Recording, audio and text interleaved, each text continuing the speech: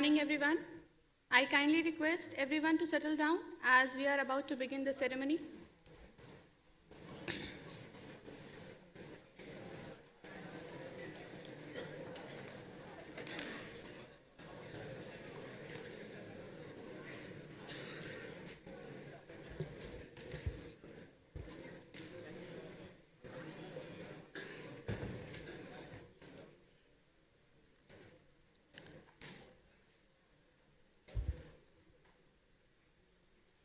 To commence this auspicious occasion, I request all the dignitaries on the dais to proceed with the lighting of the lamp accompanied by Saraswati Vandana.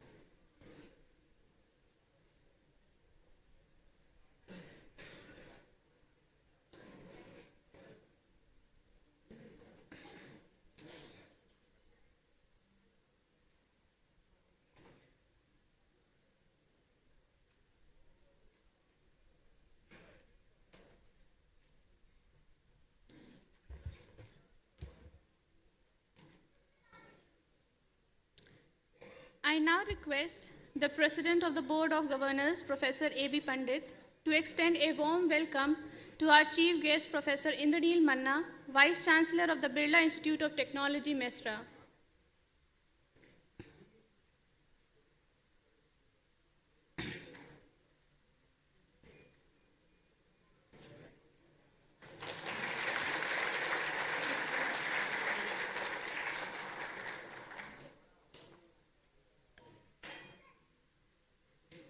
Next, I request the President of the Board of Governors to welcome our esteemed guest of honor, Dr. Kaustav Nag, Additional Director Exploration, DGH.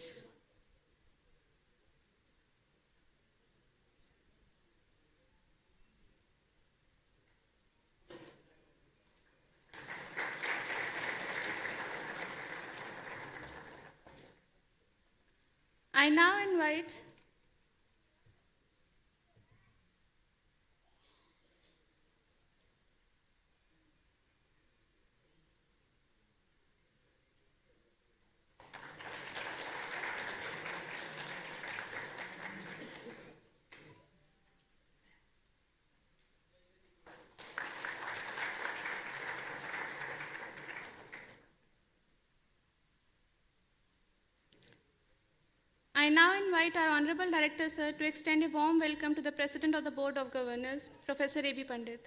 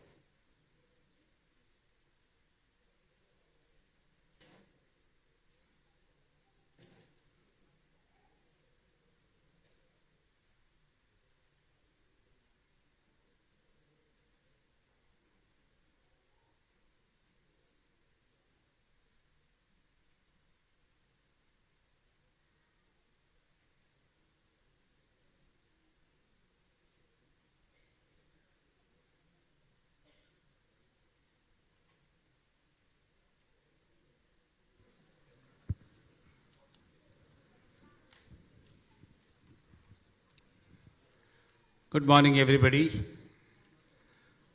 I, President of BOG of RGIPT, declare the convocation open.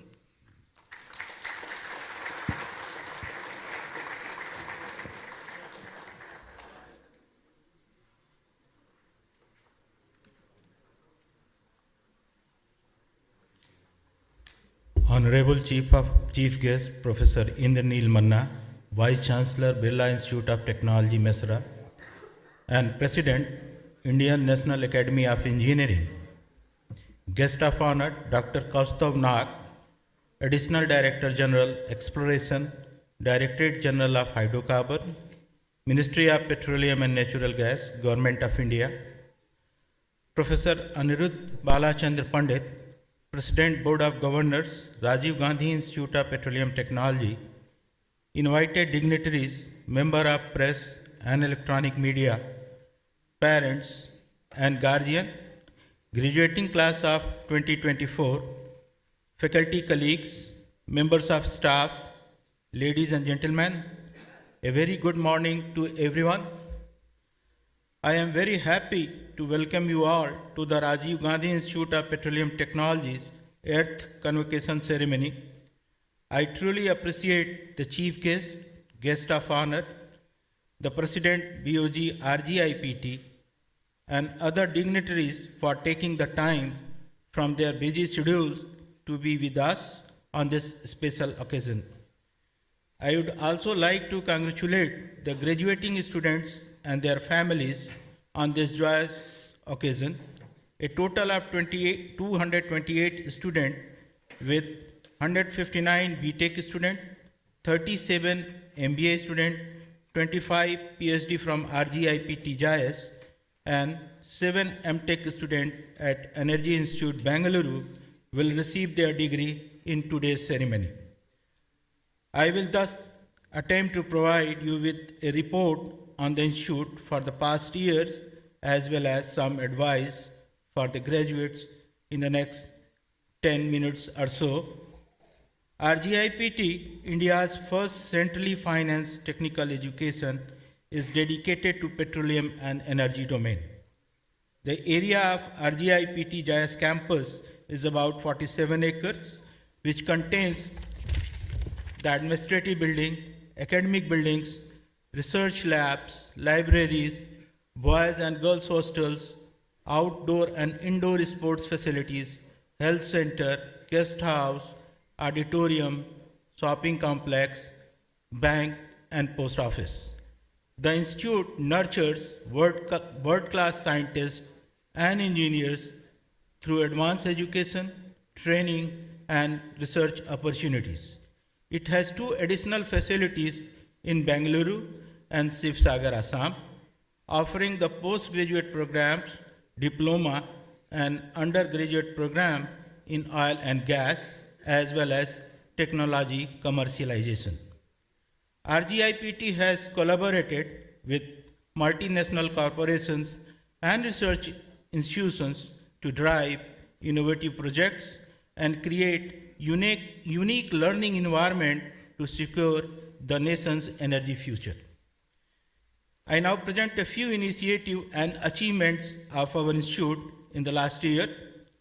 During the academic session 2023-24, the institute introduced 2 new BTech programs, BTech in Chemical Engineering, major in Petrochemical and Polymer Engineering, and BTech in Petroleum Engineering with major in Applied Petroleum Geosciences.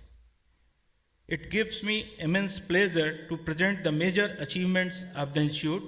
First, the NIRF, National Institutional Ranking Framework, is a significant initiative launched by the Ministry of Education, Government of India in 2015.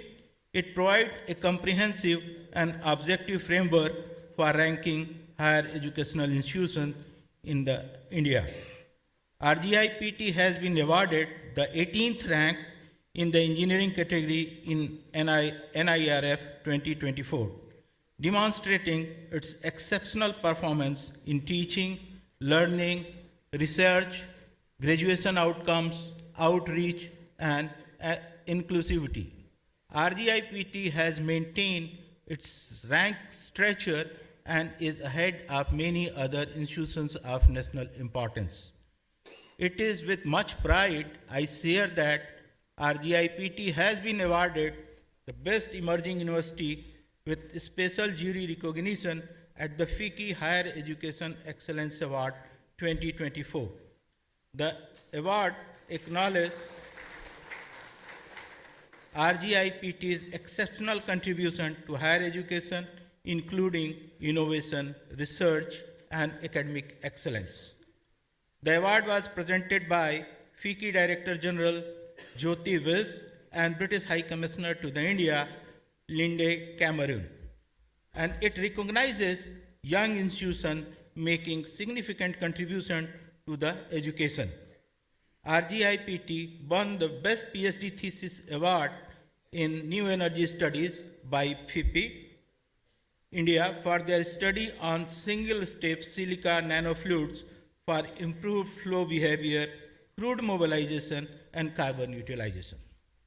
I wish to inform you all that RGIPT is now looking forward to the next level of expansion, and its centers, Assam Energy Institute and Energy Institute, Bengaluru, are preparing to have their basic infrastructure in place to start their planned academic and research activities.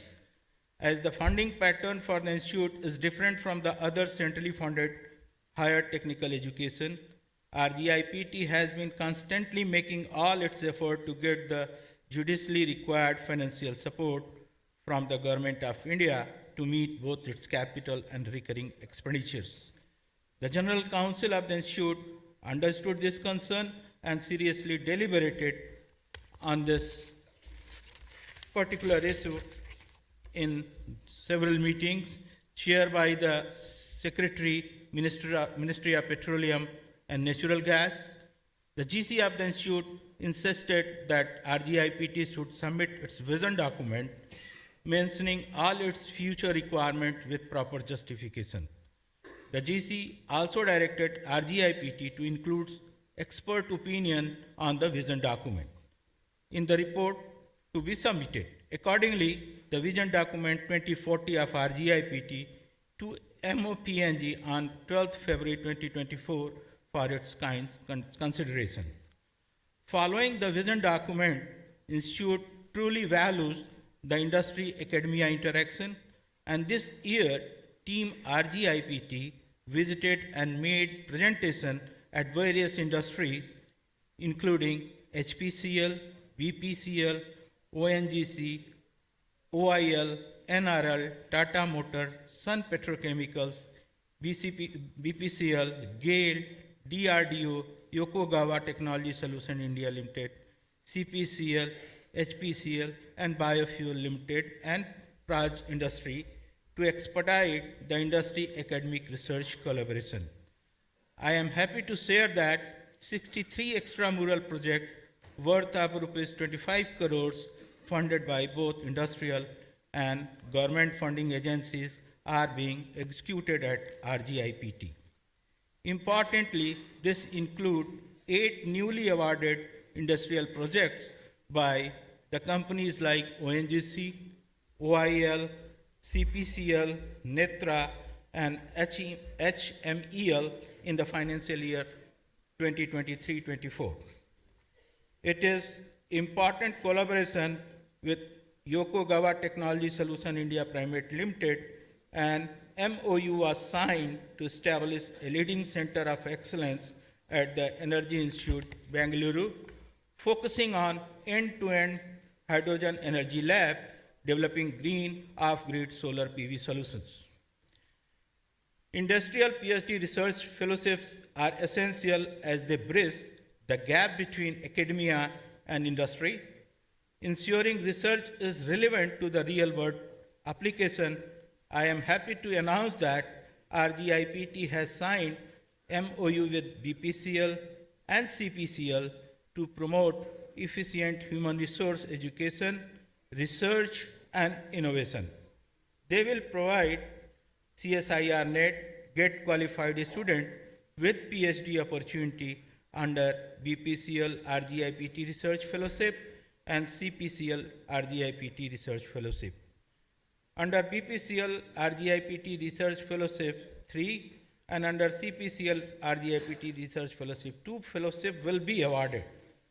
The participating industries provide an additional 25% higher fellowship amount along with the regular fellowships.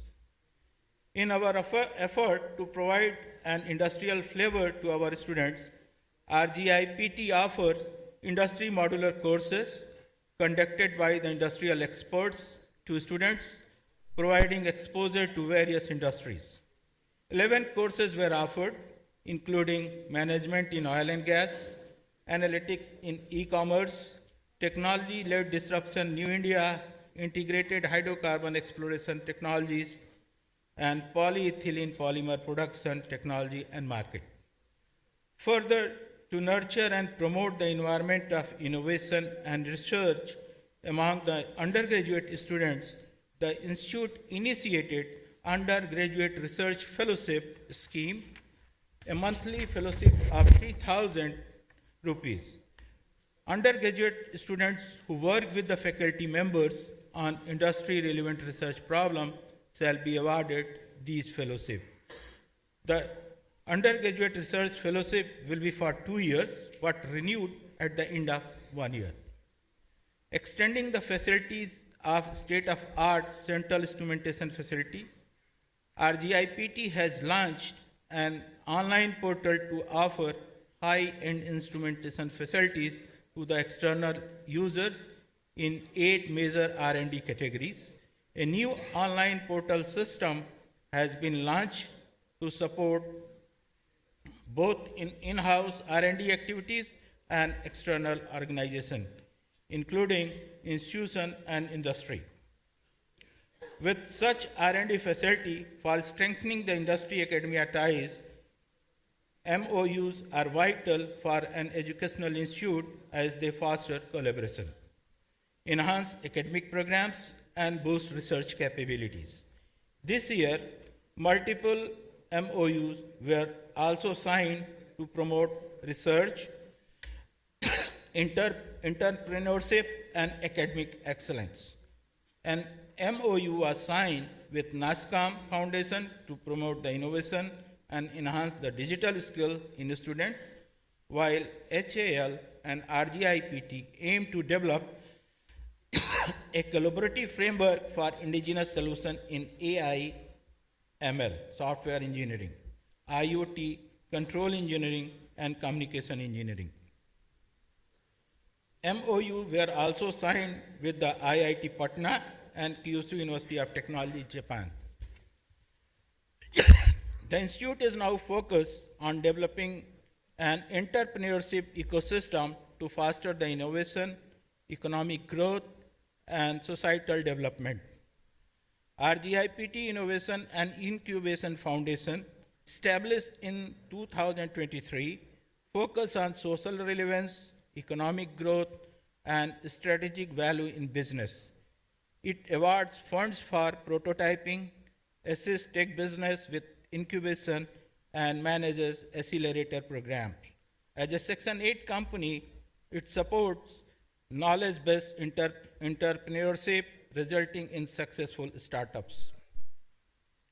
RGIPT IIF secured a project from the DST for innovation and entrepreneurship in energy, healthcare, and agriculture sector for sustainable development of India, which aimed to establish an inclusive technology business incubator worth 5 crores.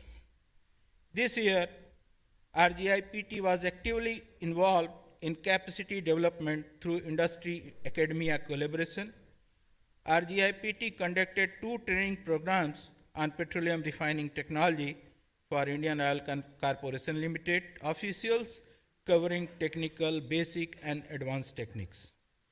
Engineers from Chennai Petrochemical Corporation Limited also received the similar training. The institute extended a MOU with Chola MS Risk Service Limited for 3 years to offer open training program in HSC, risk analysis, and sustainability. After highlighting these R&D activities, I would also like to present the faculty-related activities and achievements. Faculty members are important to the quality of education and an institution's reputation. RGIPT has 78 faculty members at JAS campus, 9 at Energy Institute Bangalore, and 24 at Assam Energy Institute Sivsagar. RGIPT recently recruited 14 new faculty members at RGIPT JAS to strengthen the academic and research activity of the institute. The faculty members were appointed across all the departments of RGIPT and have their academic credential from top institutions. I would like to highlight few accolades that include appointment as a senior visiting scientist by the University of Cambridge, advisor for the Chhattisgarh Environmental Conservation Board, Best Poster Award, and the Young Researcher Award. The faculty members publish more than 300 articles in the journals of international repute for the period of last 1 year. Training and placement are important aspects of an institute's growth. I am pleased to inform you that UG/PG students in 2023-24 experienced placement activities with 26 companies conducting test and interview. Some students express interest in higher studies. The major companies are from the energy, services, consulting, and manufacturing sectors, offering placement, including national oil PSUs. I now present the major events organized by RGIPT this year. RGIPT organized a few major events this year in collaboration with the IICHE and other leading institutions. RGIPT hosted 26th annual session of the Indian Chemical Engineering Congress, IICHE ChemCon 2023, a Platinum Jubilee event hosted in Kolkata with the theme of energy transition, challenge, and opportunities. The event brainstormed and explored the social impact of global climate change, mitigation efforts, energy transition, and other chemical energy segments. This year, RGIPT also hosted the Student Chemical Engineering Congress, SChemCon 2024, which was focused on new paradigms of chemical engineering. This year, RGIPT also organized the International Conference on Transforming Upstream, Breakthrough Technology and Sustainability. The international conference objective was to provide academics, researchers, industry practitioners, technology providers, and policymakers with a platform to discuss recent progress and future direction in transforming upstream operations through new technology and sustainable practices. RGIPT hosted the 12th PP Annual Student Convention. The faculty members organized a few sponsored workshops on the latest cutting-edge technology. In our continual efforts towards outreach activities, I am happy to inform all of you that the first edition of its newsletter, Urja Pravah of the Institute, was launched by Sri Rameswar Teli, former Honorable Union State Minister for Ministry of Petroleum and Natural Gas, to publicize the academic and research activities of RGIPT. RGIPT conducted UDAN, which is a business plan competition in Amethi, encouraging people to generate innovative ideas. This year, 87 proposals were received and 4 teams were selected and awarded cash prizes and a certificate of excellence. The Institute held a national level technical and entrepreneurship fest, Urjutsav, featuring luminaries from various industries and academia working in energy and providing solutions using modern technology. Dr. V. Narayanan, Director of ISRO, was the chief guest. Students from the IITs, NITs, and other engineering colleges participated with invited lectures and mega science fair. The RGIPT Sports Council held the annual Energia Inter-Institute Sports Festival. The event showcased the students' athletic prowesses and fostered sportsmanship. Gyan Arpan organized weekend classes for 9th to 12th grade students, counting more than 1,600 in Jayas, Tiloi, Chato, and Jagdishpur, involving volunteers and an entrance test to identify the meritorious student. Kal Tarang 2024, an annual cultural fest organized by the RGIPT, showcased the creativity and spirit of students from various institutions. The Urja Shakti Lifetime Achievement Award was presented to Ms. Susma Rawat, Director Exploration, Oil and Natural Gas Corporation Limited, in the recently concluded Urja Shakti event to recognize the women energy professional with over 25 years of work experience and significant contribution in the energy domain. Urja Shakti event aims to enhance young women knowledge in energy technology, market, and policies, promoting gender equality and enabling them to develop sound solutions for modern day problems. I am immensely pleased to highlight few of the major student chapter activities and student awards. The EAG RGIPT student chapter was recognized as the outstanding student chapter in the Asia Pacific region for 2 years back to back, 2022-23 and 2023-24, underscoring its commitment to excellence. The AICHE RGIPT student chapter won the Outstanding Student Chapter Award 2023-24 for 3 consecutive years. The IEEE RGIPT student chapter has been selected as the most active student branch award in the IEEE Uttar Pradesh section. This year, our student also won the first prize in the software edition of the Smart India Hackathon 2023, which were organized by the Ministry of Education, Government of India. The student won the third prize in UG category during the HPCL New Generation Ideation Contest 2023 conducted by the HPCL R&D.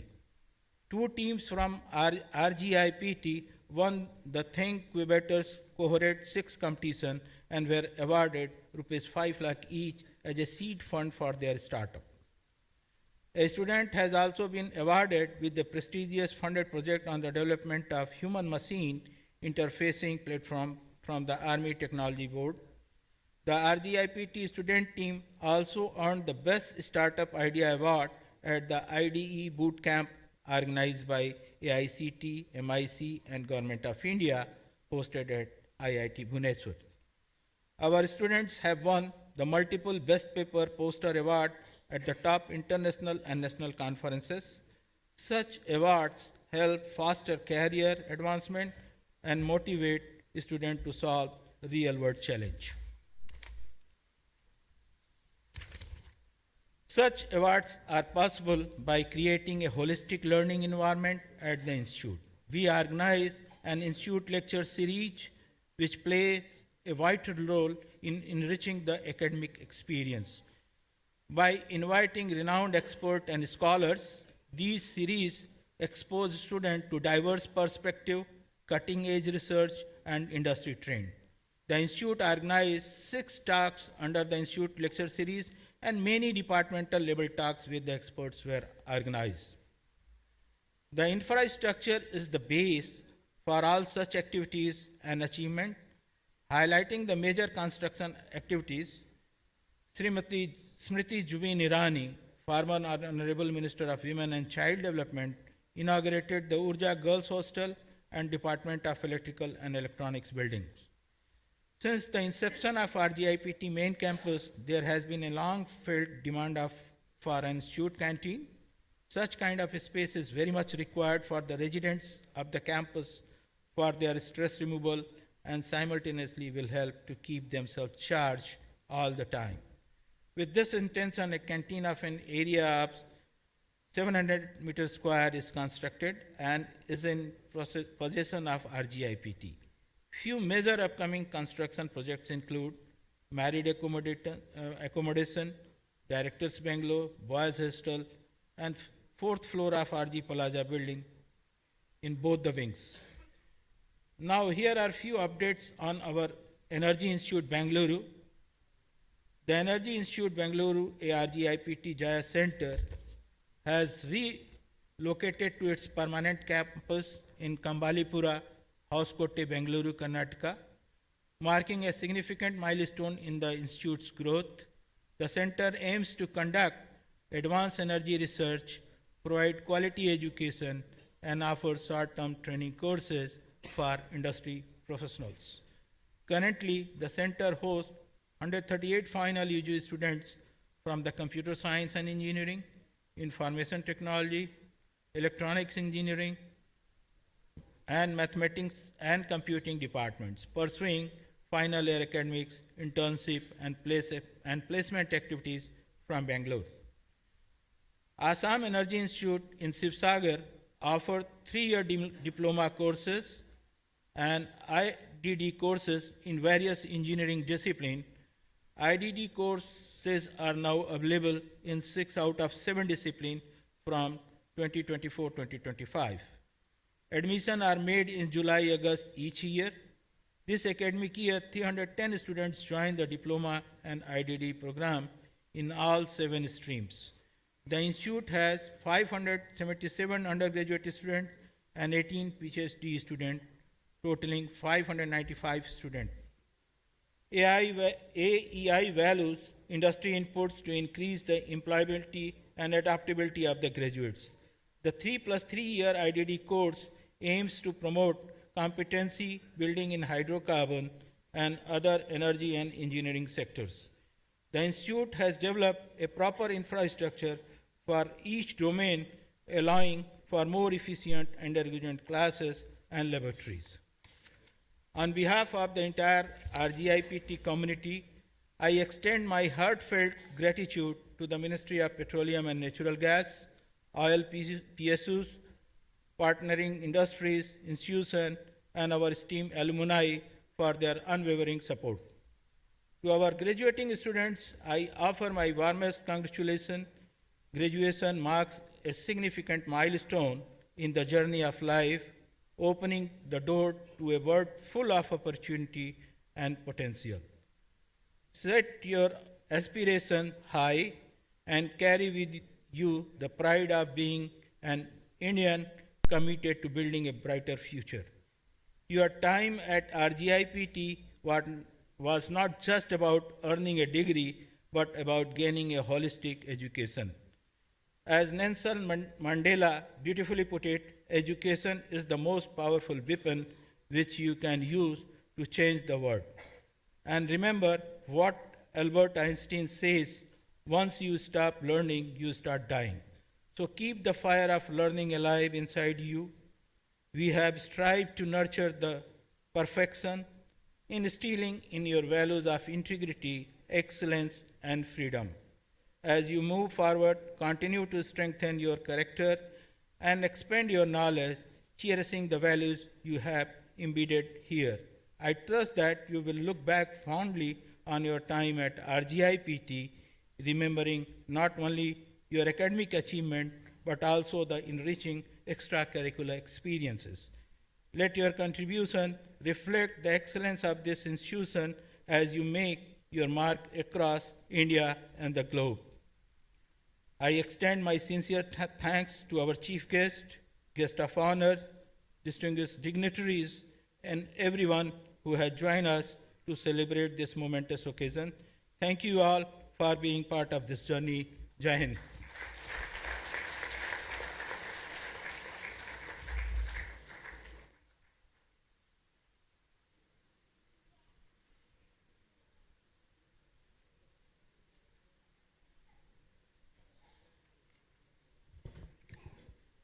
Good morning and Suprabhat. Chief guest, Professor Indraneel Manna, guest of honor, Dr. Kaustubh Nag, Director RGIPT, Dr. Alok Singh, Dean Academic Program, Professor Kundu, Registrar, Sri Jitendra Singh Ji, Deans, HODs, faculty members, and my dear students. Welcome to this 8th Convocation ceremony of RGIPT and Energy Institute, Bangalore combined together. After an exhaustive report given by the director, there is not much to say in terms of what RGIPT has done and what RGIPT is capable of doing. What I'm going to do in the next 10 minutes or so is what is the future which is in store for us and how each one of us, all the stakeholders of RGIPT, can contribute their might to the future.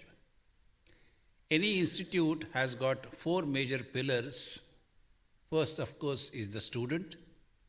Second is the faculty. Third is the staff. And fourth is the alumni. The entire institute and its longevity depends upon the active participation of all those 4 pillars, meeting their responsibilities as well as understanding their aspirations and institute doing committed work to meet those aspirations. As far as the students' body is concerned, Director has elaborated what is in store for us. My only advice to the student is degree just a mere piece of paper. What you know at the end of it really matters. So degree just gives you an opportunity to enter the world, but your growth, progress, as well as learning will depend upon what you have learned in these 4 years of your education, 2 years of your education in the case of postgraduate students, and maybe 4 or 5 years of additional educations for the PhD students. I welcome all the students who are graduating today and give my compliments to them, because this is indeed a momentous occasion, and now you are entering into a real world which is full of challenges. At the same time, it is full of opportunities. To identify the challenges and look at those challenges as opportunity is the key to the success. You have been trained enough. Now you will utilize your training, your learning, when you go out into the world and give your contribution and might to the development of society, development of science, development of technology, and in turn for the development of our great country.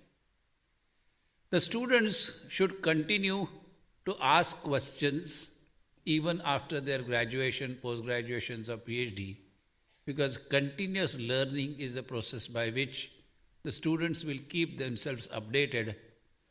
The rate at which the technology becoming obsolete is very fast. Depending upon which branch you are in, the technology gets obsolete anywhere between 2 years in the case of computer engineering and sciences, and maybe in the range of about 5 to 7 years in terms of all the basic engineering such as electrical, mechanical, chemical, and civil. So students should continue to upgrade their knowledge, not necessarily on the job, but in addition to being on the job, they should continue to upgrade their skill sets by attending various courses available to them on internet. If the time permits, go and look into all these courses which are certificate courses, diploma courses, which can do part-time while you are doing a job. Now this will allow you to progress your own career. It will allow you to keep contributing and making you relevant in an industry or any other place where you are in. The second pillar, of course, is faculty. And in fact, the responsibility of faculty is much more. Every faculty is necessarily involved in principle in 4 activities. First activity, of course, is teaching.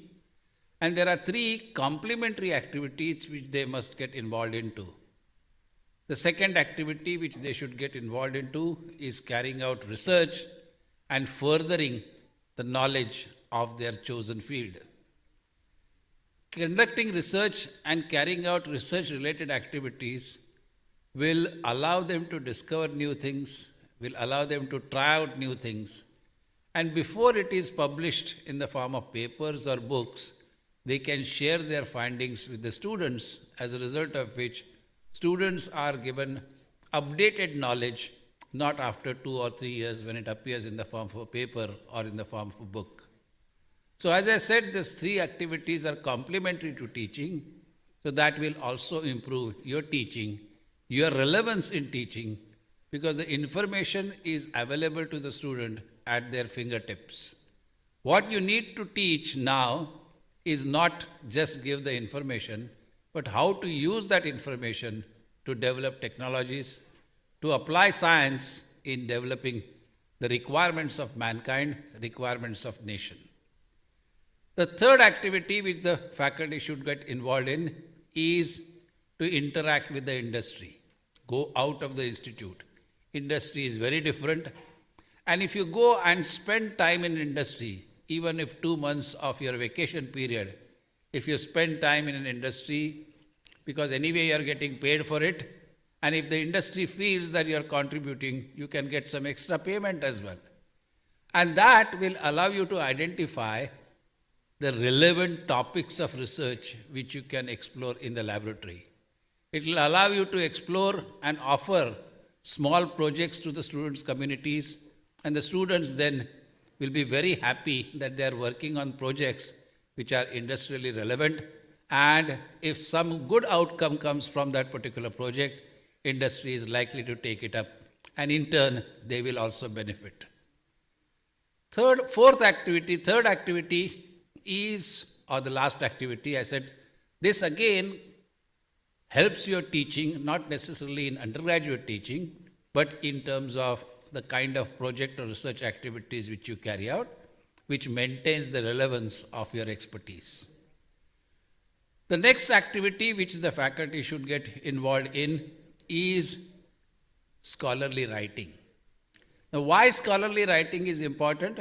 Because when you publish a paper, whatever you want to write, whatever you want to convey needs to be completed, needs to be conveyed in limited number of words, limited number of pages, as a result of which you learned to think coherently and precisely without any ambiguity, and that also helps in your teaching.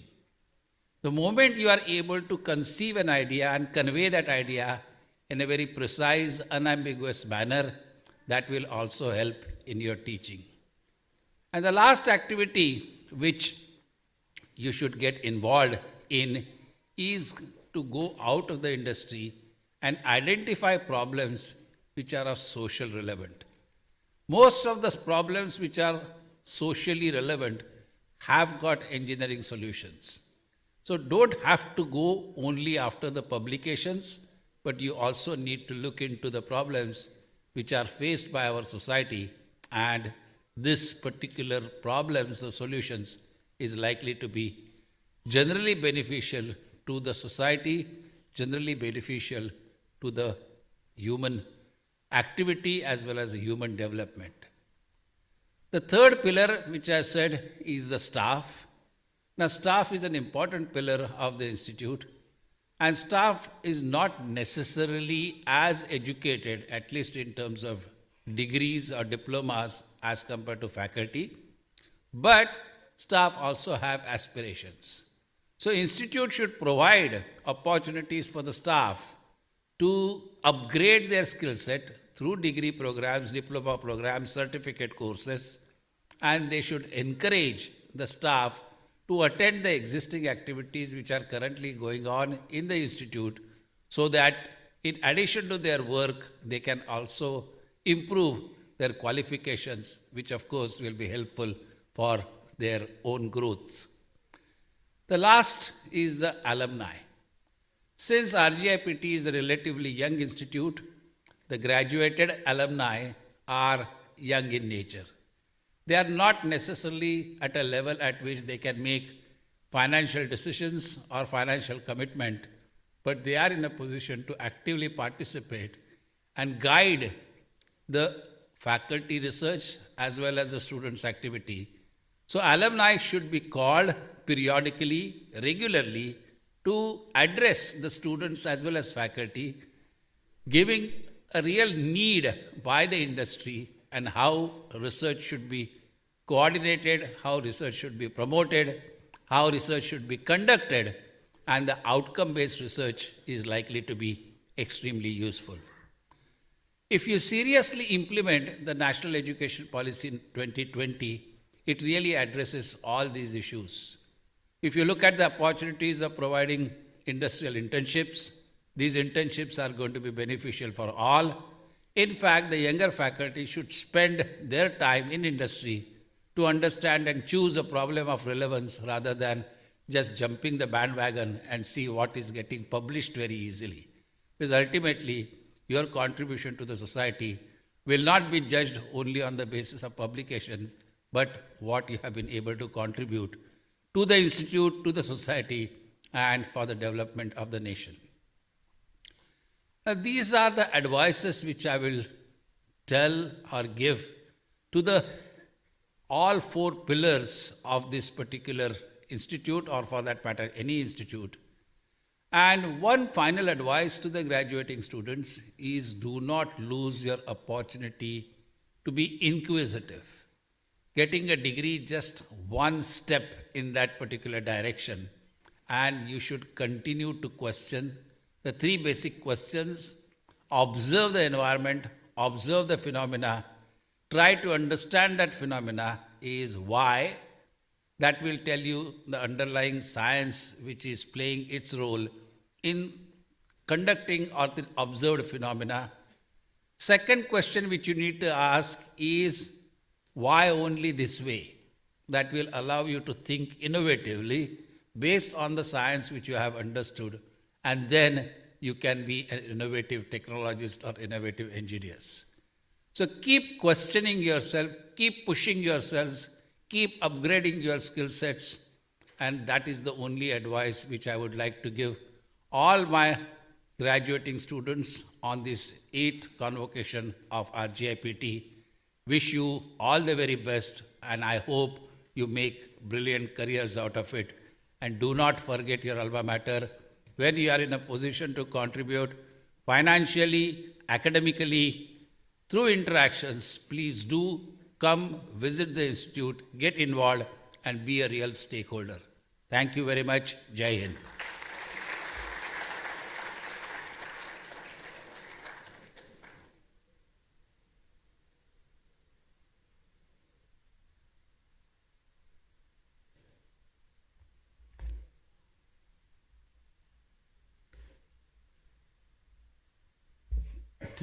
This 8th convocation of the Rajiv Gandhi Institute of Petroleum Technology has been called to confer the degrees upon the candidates who, in the examination of 2024, for the purpose, have been certified to be the worthy of the same. Let the students be now presented. Sir, I present up to you the students. They have been examined and found qualified for the respective degrees of Doctor of Philosophy,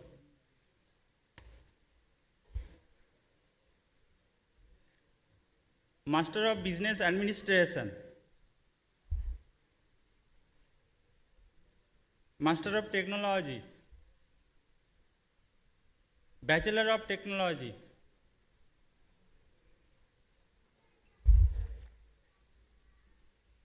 I pray that they may be admitted to the respective degrees. Sir, I also pray that the students who have been examined and found qualified for respective degrees but could not present themselves in person at the convocation be admitted to their degree in absentia. Do you sincerely promise and declare that if admitted to the degree for which you are severely candidates and for which you have been recommended, you will in thought, word, and deed conduct yourself as become member of this institute? Do you promise that to the utmost of your opportunity and ability, you will support and promote the cause of morality and sound learning? Do you promise that you will, as far as lies in you, uphold and advance social order and the well being of your fellow man? By virtue of authority vested in me as a chairman of the Senate of the Rajiv Gandhi Institute of Petroleum Technology, I admit you and in absentia to all those who are permitted to remain absent to the degrees of Doctor of Philosophy, Master of Business Administration, Master of Technology, and Bachelor of Technology of this institute, and charge you that in your life and conduct you prove themselves worthy of the same. By virtue of authority given to me as the Chairman Senate, I hereby declare that you and all those who are permitted to remain absent are admitted to the respective degrees. Now, after the conferment of the degrees, this could be the exhortation I could give you on this occasion in conformity with the words of our ancient acharyas.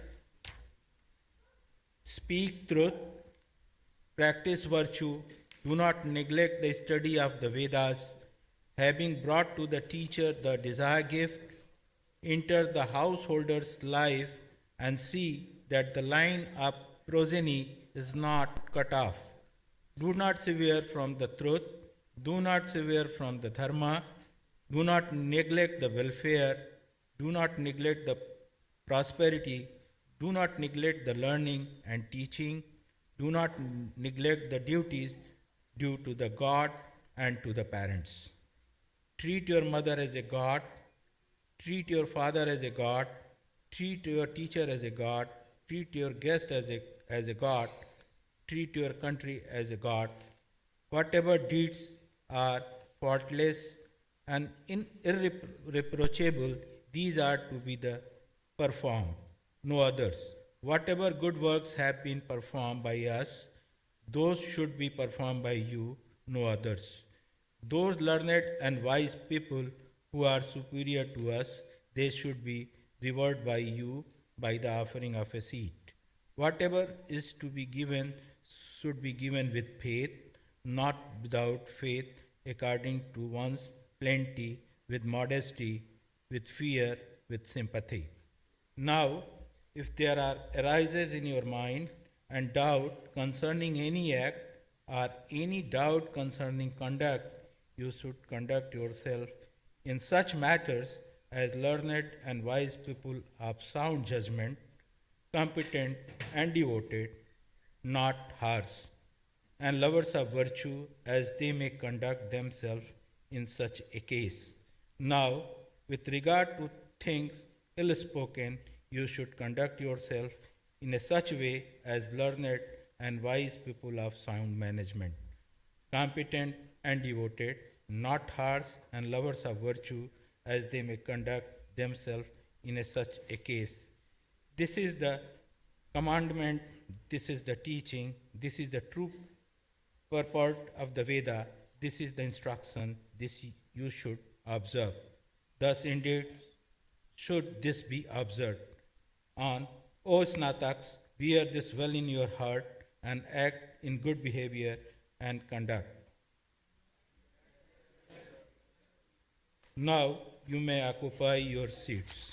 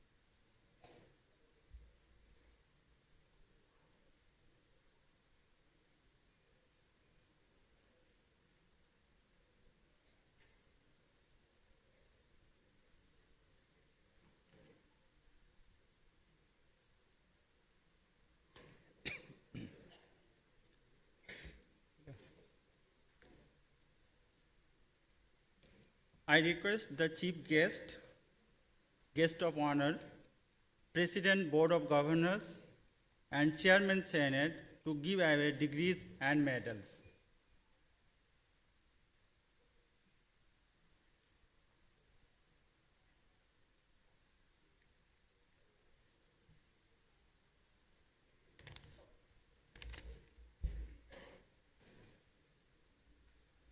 Sir, I present the students who have satisfied the requirements for the degree of Doctor of Philosophy in Mathematical Sciences and are considered worthy of receiving the same. I recommend that they may be awarded the Doctor of Philosophy degree. Akash Sharma. His thesis title is Variance of Sub-Information Measures for Truncated Random Variables with Applications.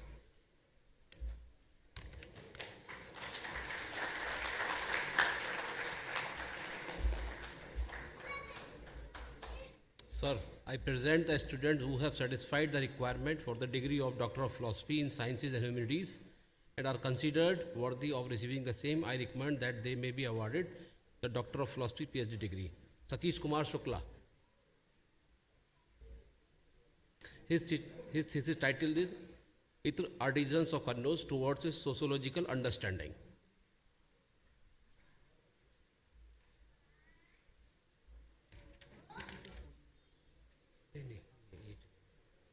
Atarullah, choosing the right school, a sociological interpretation of the parental perspective in an Indian cities. Shailendra Singh, his thesis title is Technical and Financial Feasibility Study of Solar Water Heating System. Sadab Saifi, Design and Synthesis of MOF.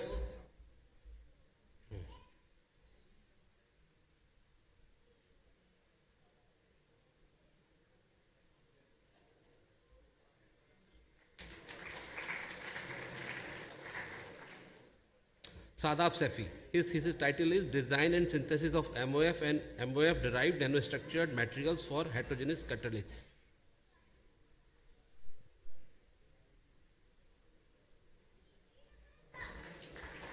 Gargi Day. Her thesis title is Metal Organic Framework and Their Derivatives for Heterogeneous Catalysts. Arpan Tiwari.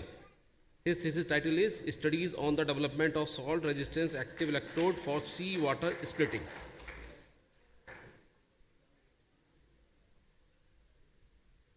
Chandan Upadhyay. His thesis title is Design, Synthesis and Characterization of Dynamic Covalent Adaptable Network Based on Reversible Covalent Linkage.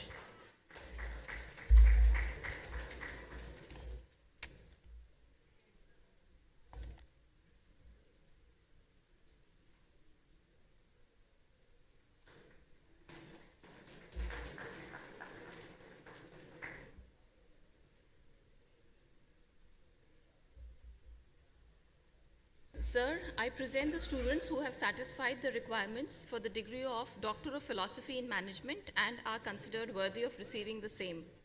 I recommend that they may be awarded the Doctor of Philosophy degree. Sri Durajati Shesha Chalapati Rao, his thesis title is A Study on Emotional Labor at the Workplace Among Human Resource Executives of Public Sector Enterprises in the Power Sector.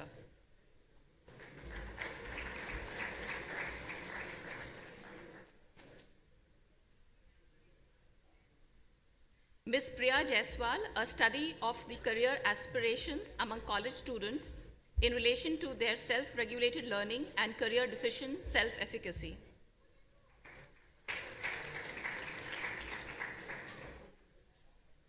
Shri Abhishek Kumar, the thesis title is Continuous Usage Intention of App-Based Mobile Payment Systems and Role of New Technological Integrations, a Case of UPI. Ms. Divyanshi Pal.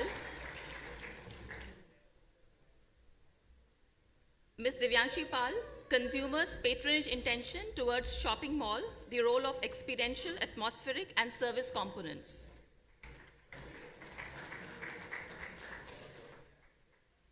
Shri Shantanu Gupta, an empirical study on factors influencing purchase intention of ethanol blended fuel leading to promoting sustainable cities.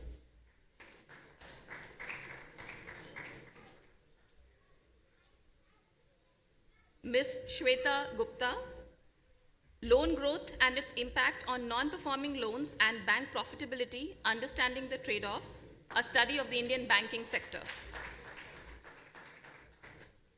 Shri Anand Kumar Mishra, the thesis title is Examining Values-Driven Antecedents of Indian Retail Investors, Socially Responsible Investment Behavior. Shri Prince Kumar Maurya, the thesis title is Fear, Sentiment, Connectedness and Hedging Opportunities, Evidence from a Multi-Period Study.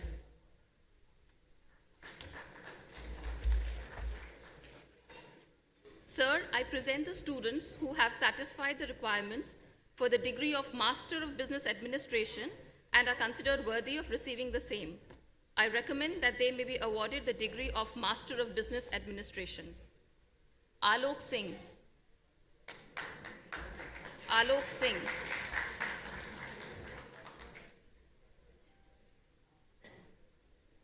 Aparna Trivedi.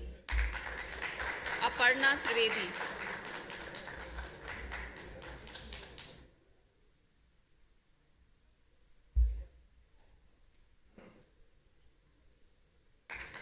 Akib Khayyam.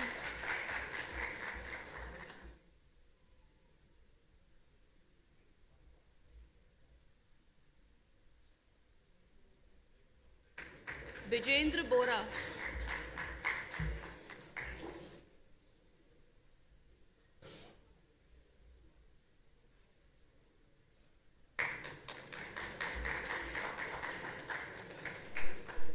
Dipali Bishra.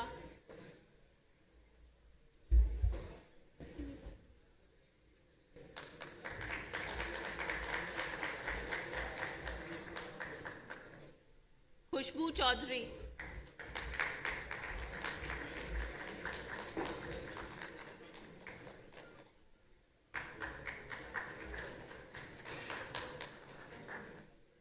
Meghna Singh Chokar.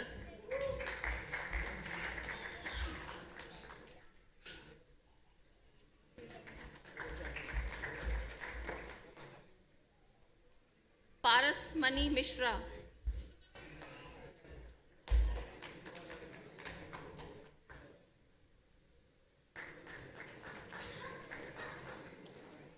Paridhi Gupta.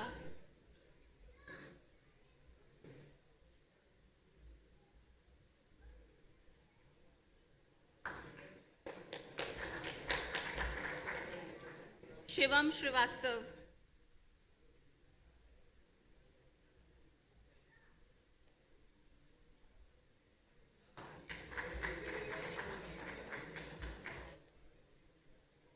Sparsh Nagar.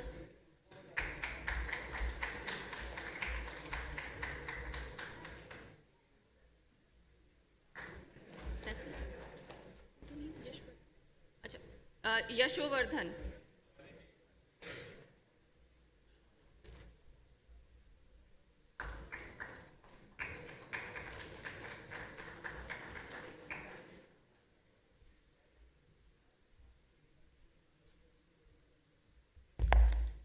Sir, I present the students who have satisfied the requirements for the degree of Doctor of Philosophy in Chemical Engineering are considered worthy of receiving the same.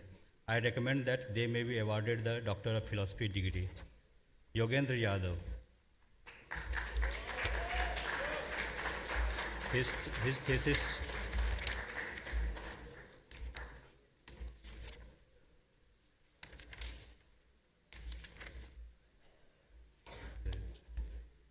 His thesis title is Engineering Mechanical and Optoelectronic Properties of Noble Oxide Materials by Sol Gel and Other Methods for Energy and Environmental Applications.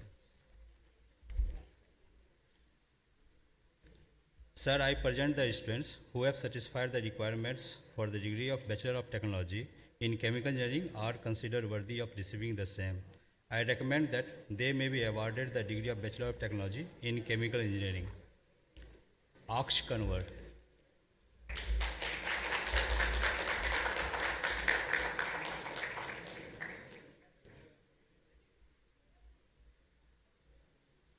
Abhishek Kumar,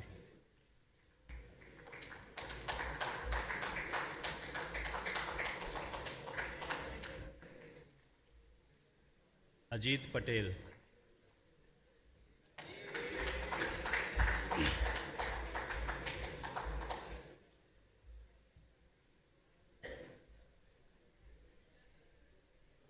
Anirudh Chaube,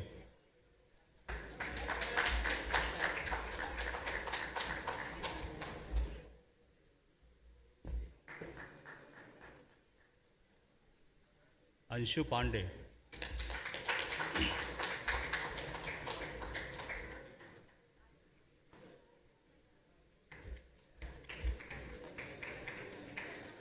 Arihant Jaini,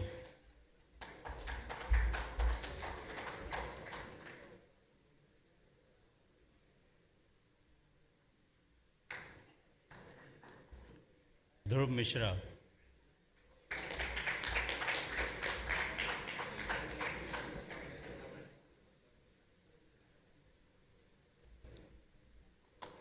Divyan Sharma,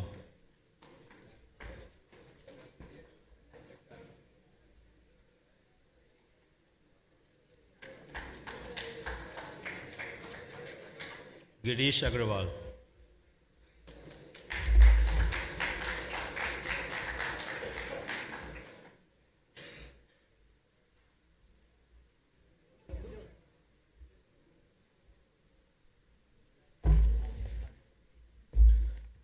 Sir, I present the students who have satisfied the requirements for the degree of Doctor of Philosophy in Computer Science and Engineering are considered worthy of receiving the same.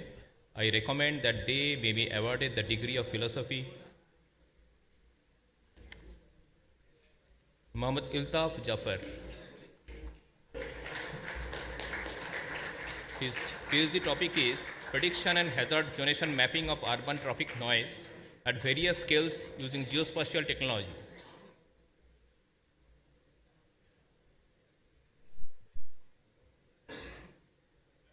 Anubhav Srivastava, Rakesh Dubey. His PhD topic is Intelligent Transportation and Urban Noise Exposure, representing techniques leveraging means of crowdsourcing, deep learning, and sound pattern recognition.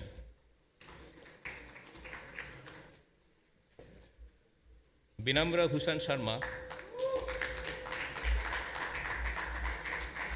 His PhD topic is Automatic Identification of Deformations in Buildings and Pipelines using 3D point cloud data for structural health monitoring with LiDAR technology.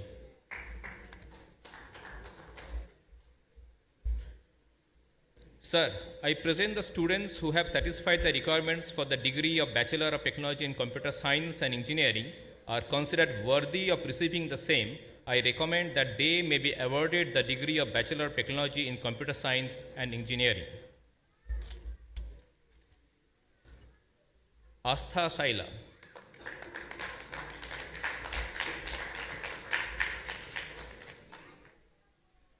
Agrima Bansal.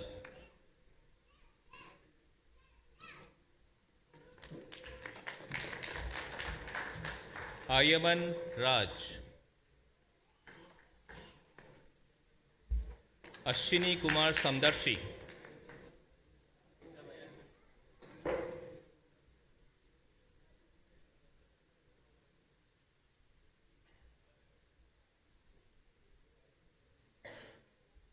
Ayush Gupta.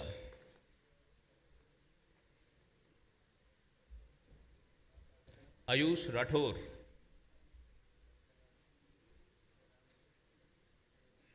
Bhagyesh Rashinkar.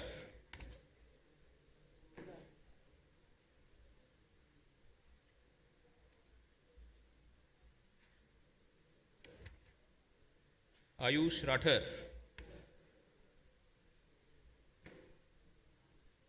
Bhagesh Rashinkar.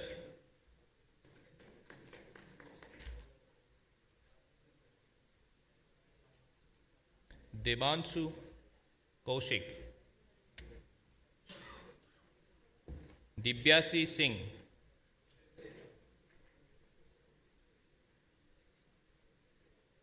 Lokesh Yadav,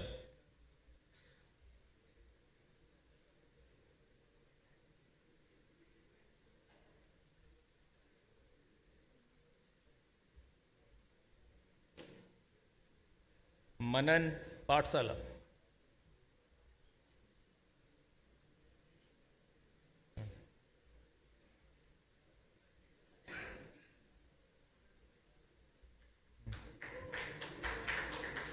Manan Patsala,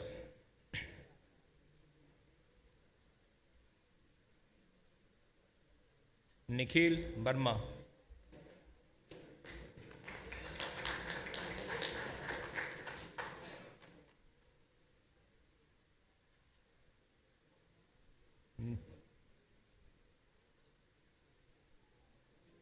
Nimish Lashyam Dudhe,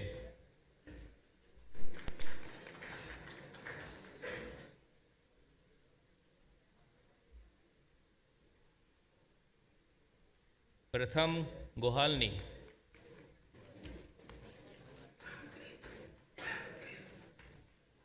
Sarthak Saxena, Naitik Singhal,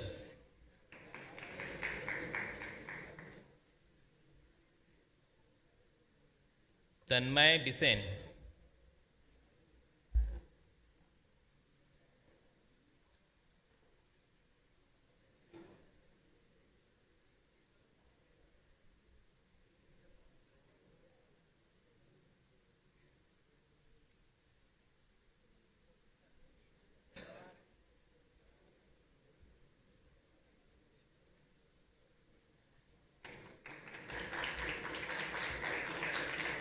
Vijit Nigam, Vishwaraj Tyagi, Tanmay Bisen,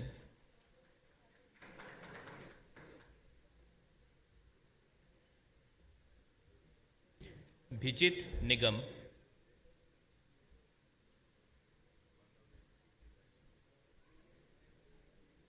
Vishwaraj Tyagi,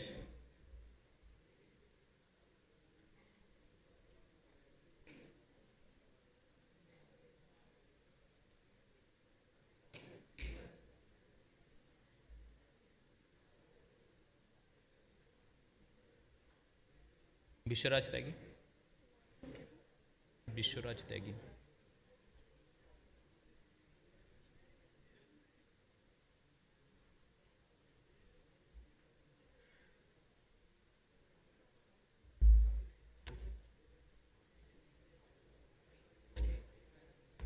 इधर भी है ना?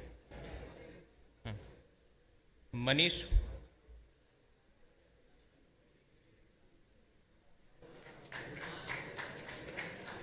Manish वाहले,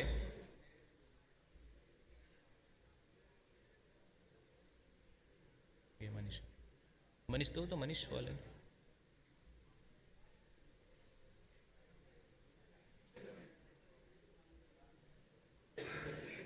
Vasundhara Pant,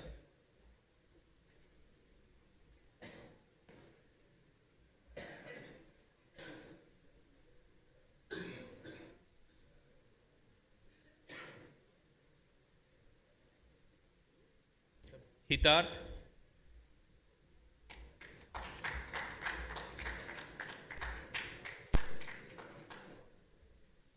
Pranshu Tiwari,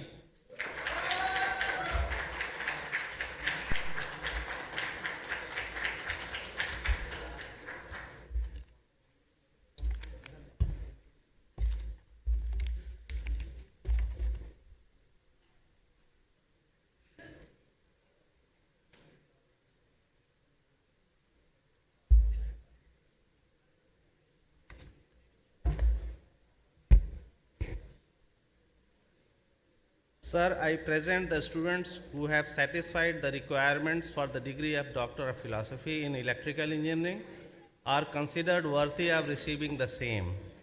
I recommend that they may be awarded the Doctor of Philosophy degree. Rachna Vaish,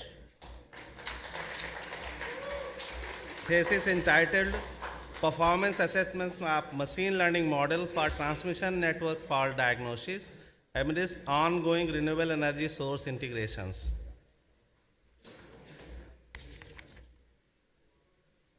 Sir, I present the students who have satisfied the requirements for the degree of Bachelor of Technology in Electronics Engineering are considered worthy of receiving the same. I recommend that they may be awarded the degree of Bachelor of Technology in Electronics Engineering. Abhijit Upadhyay.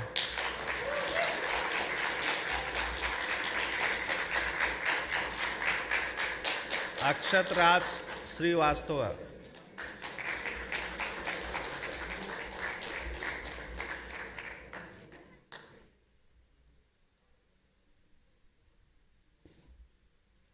Basant Kumar.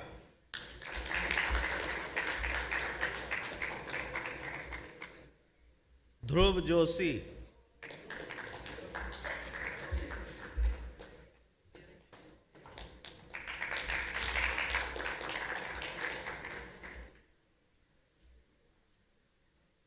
Dhruv Saxena.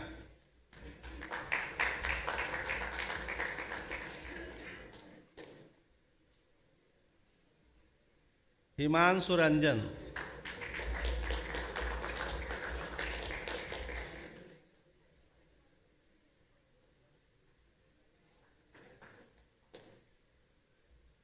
Saurabh Singh Sankla.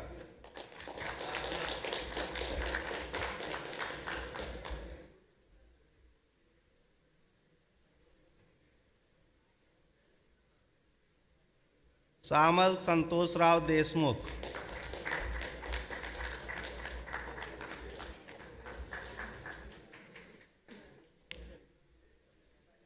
Shivam Sarma.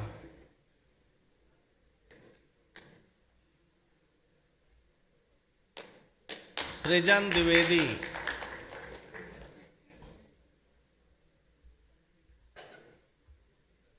Srijan Dwivedi. Tanmay Joshi.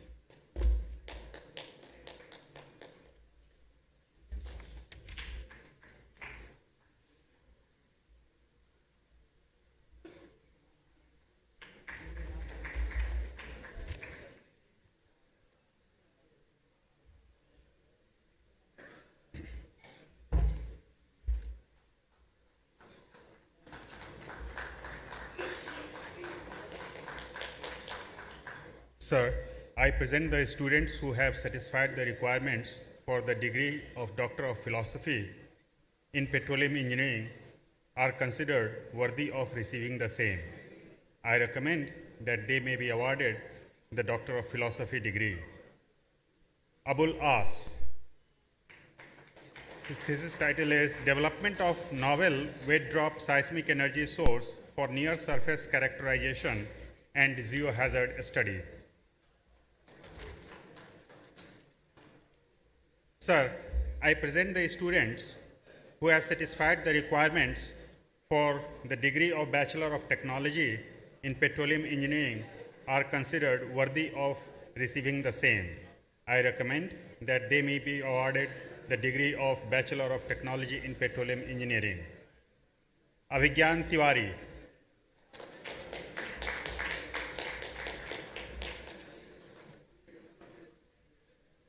Aditya Sarma.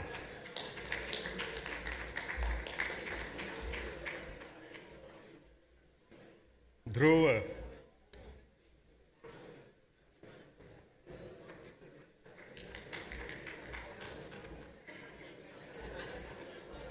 Manoj Kumar LM.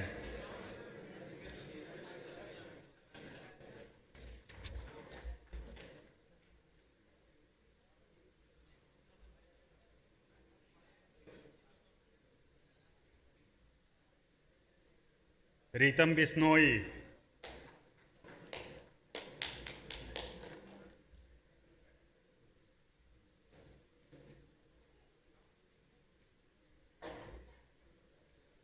Swamil Srivastava.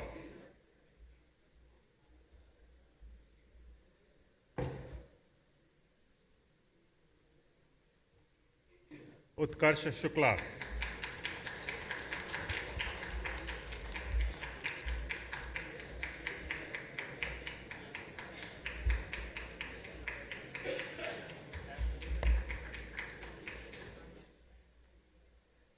Sir, I present the students who have satisfied the requirements for the degree of Master of Technology in Electric Vehicle Technology and are considered worthy of receiving the same. I recommend that they may be awarded the degree of Master of Technology in Electric Vehicle Technology. Mr. Anand Shri M.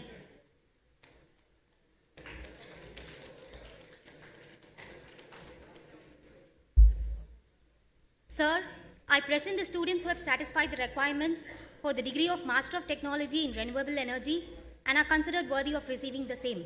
I recommend that they may be awarded the degree of Master of Technology in Renewable Energy. Ms. Himanshi Singh.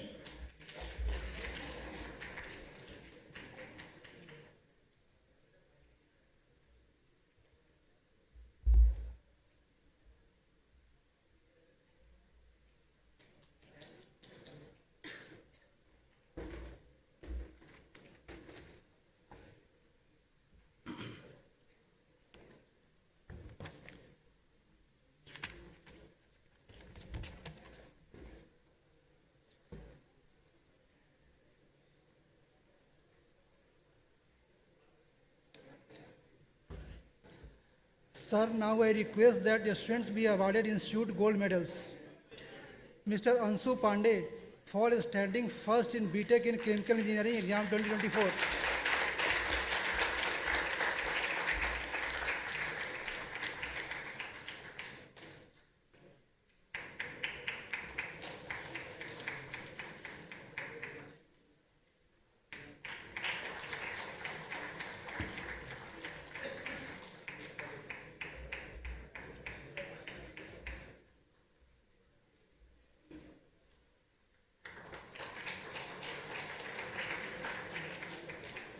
Ms. Dibyanshi Singh for standing first in BTech in Computer Science and Engineering Exam 2024.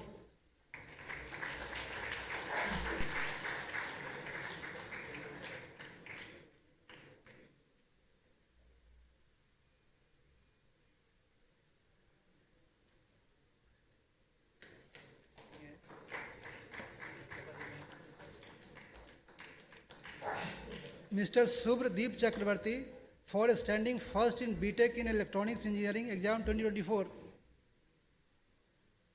Mr. Utkarsh Shukla for standing first in BTech in Petroleum Engineering Exam 2024.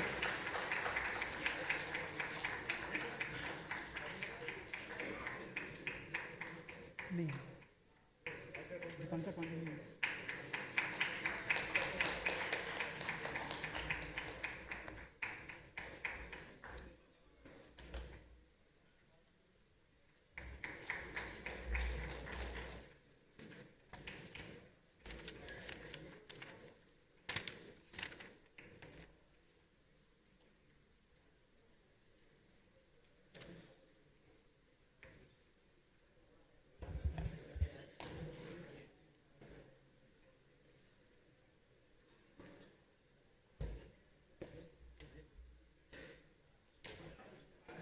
उसको इधर से बोलिए.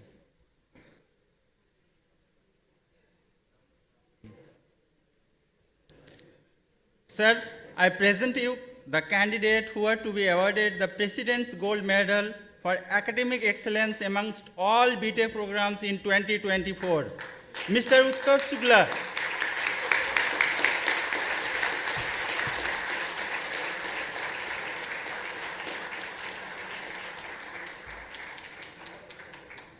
Utkarsh has completed his BTech in Petroleum Engineering with a CPI of 9.84. He maintained a 10 SPI twice and scored above 9.9 SPI in 5 consecutive semesters during his BTech program. He also bagged highest number of A-star grade totaling 11 and half century of A+ grade 50 across all departments.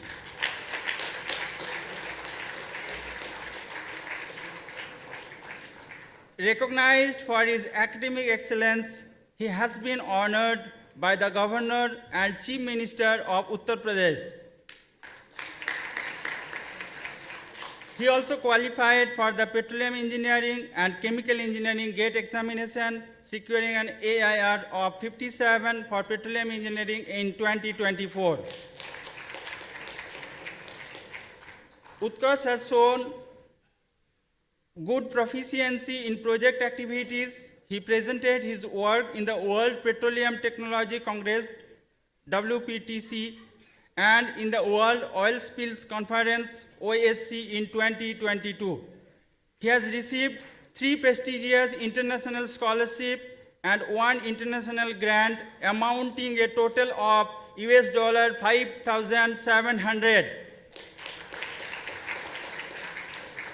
He was also invited to meet with the scholarship committee at the IMAGE conference in Houston in both 2023 and 2024. He represented RGIPT in the ACG Asia Pacific Challenge Bowl in 2022. Throughout his BTech, he held several key positions of responsibility at RGIPT. Currently, Utkarsh is working in the upstream division of Bharat Petroleum Corporation Limited, a Maharatna company. Sir, I request that Utkarsh be awarded President's Gold Medal.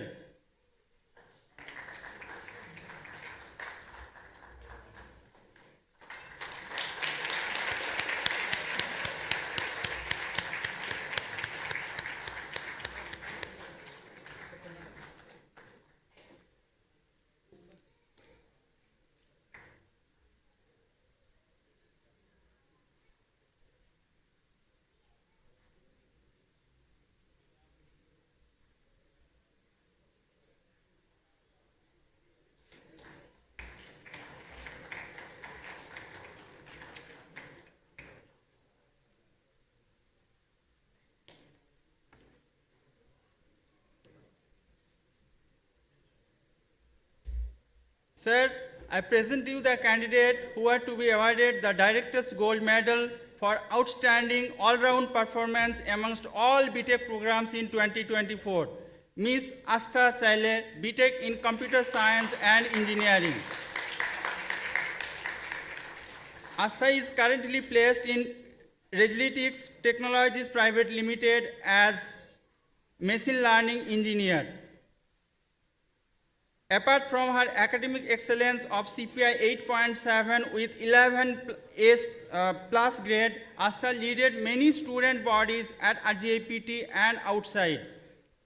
Her team won the Vodafone International AI competition with a prize of 6,000 euros, and also won the 3rd prize in PIWOT 23 Pan IIT Alumni Hackathon competition, earning recognition in the Times of India for competing against IIT's participants.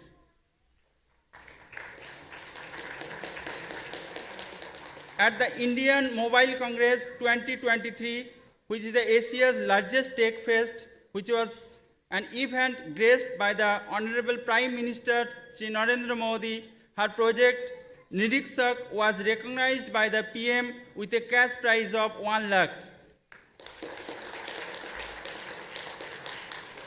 Representing RGIPT at the Singapore India Hackathon 2023 held during the G20 Leaders Summit, her team ranked among the top 12 globally. So in the Smart India Hackathon 2022, her team developed an innovative solution to an unsolved problem presented by the Ministry of Earth Sciences, earning a cash prize of 1 lakh. Additionally, she led a team which received the Best Pitch Award at IIT Guwahati and also selected among the top 200 developers nationwide for the Google Developers Machine Learning Bootcamp. She has been an active member of professional organization as a core team member in the ACM and FIPI students chapter. Additionally, she has excelled in research and innovation, publishing 3 core ranked papers on urban aesthetics, construction activity estimation, and oil spills prediction presented at different IEEE conferences. She has also filed a patent for an AI-powered oil spill early detection system in ocean tankers.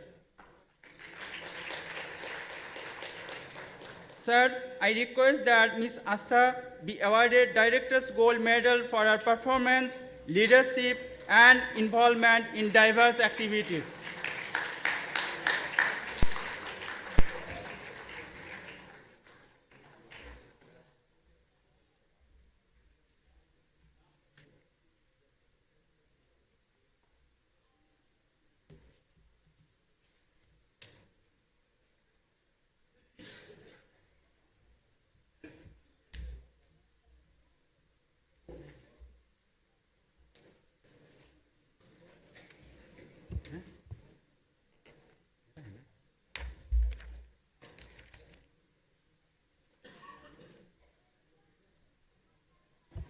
Ladies and gentlemen, let us now listen to a special video message from the Honorable Minister of Petroleum and Natural Gas, Mr. Hardeep Singh Puri. Unfortunately, he could not join us in person today, but his message reflects his best wishes for the occasion. I consider it a privilege to be addressing the bright, outgoing students of the Rajiv Gandhi Institute of Petroleum Technology in this 8th Convocation ceremony of the Institute. I extend my heartfelt congratulations to the 226 graduating students, their family members, and their teachers on their accomplishments. Your hard work, dedication, and perseverance have brought you to this significant milestone. I commend each and every one of you. RGIPT has been a beacon of excellence, nurturing talent and shaping young minds to address the pressing challenges of the energy sector.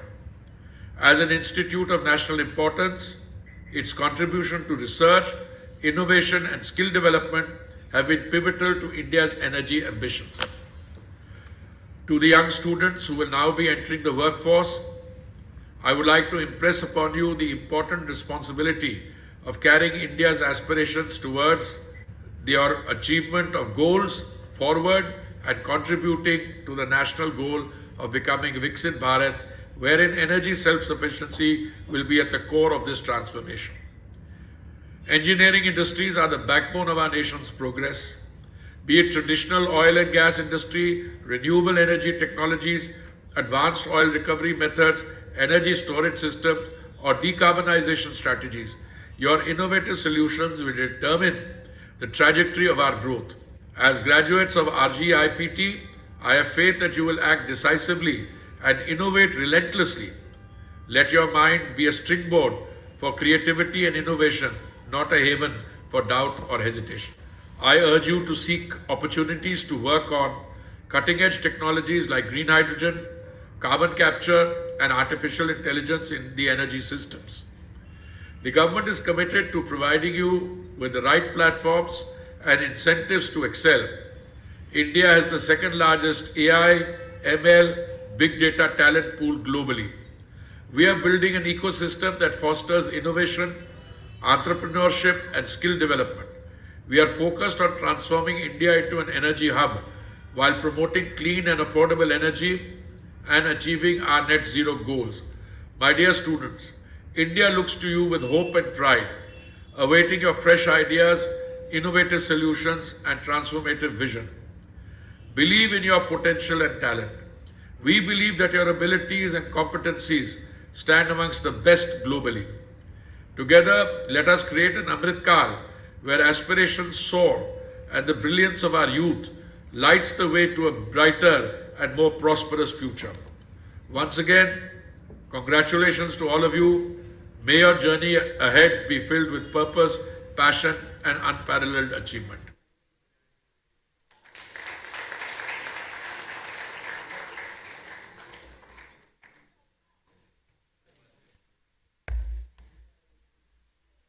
Now I take this opportunity to introduce our guest of honor, Dr. Kaustav Nag. Dr. Kaustav Nag is a professional geologist with over 35 years of experience in the upstream oil and gas industry and currently serves as the Additional Director General Exploration at the Directorate General of Hydrocarbons.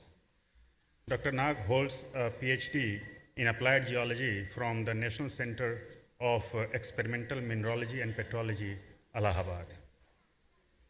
Throughout his extensive career, Dr. Nag has worked extensively in well site operations and the technical interpretation of geoscientific data across India's sedimentary basins.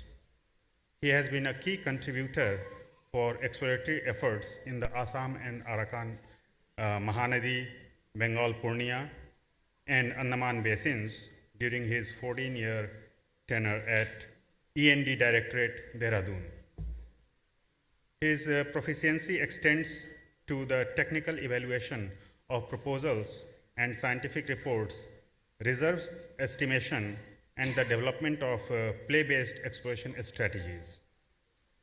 He has also played a pivotal role in strategic planning, business development, OALP process, and acreage acquisition and bidding in ONGC, significantly expanding exploration activities in Category 2 and 3 basins.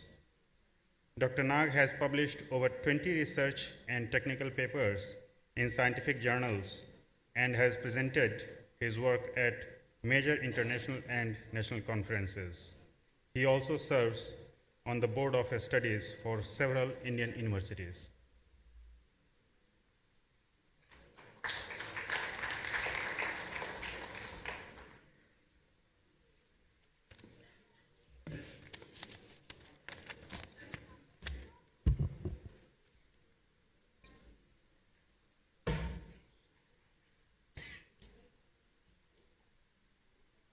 Thank you, Professor Sinha. Good afternoon, everyone. Eminent dignitaries on the dais, Professor Manna, Vice Chancellor BIT Mesra, President, Board of Governors, Professor Pandit, Professor Alok Singh, Director, RGIPT,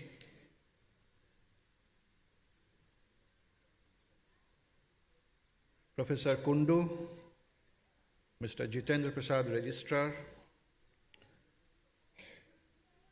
honored guests, proud families, graduating class of 2024, and I am very delighted to see school students in this auditorium. Pyare bachcho. Before I share my thoughts on this momentous occasion,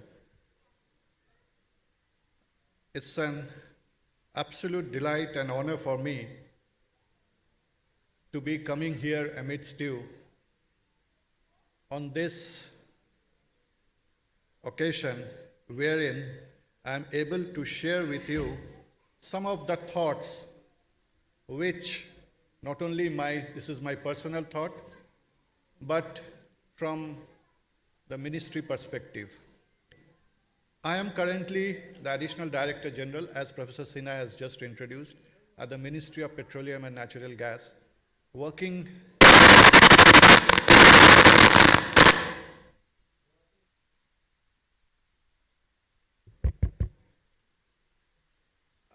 Am I audible?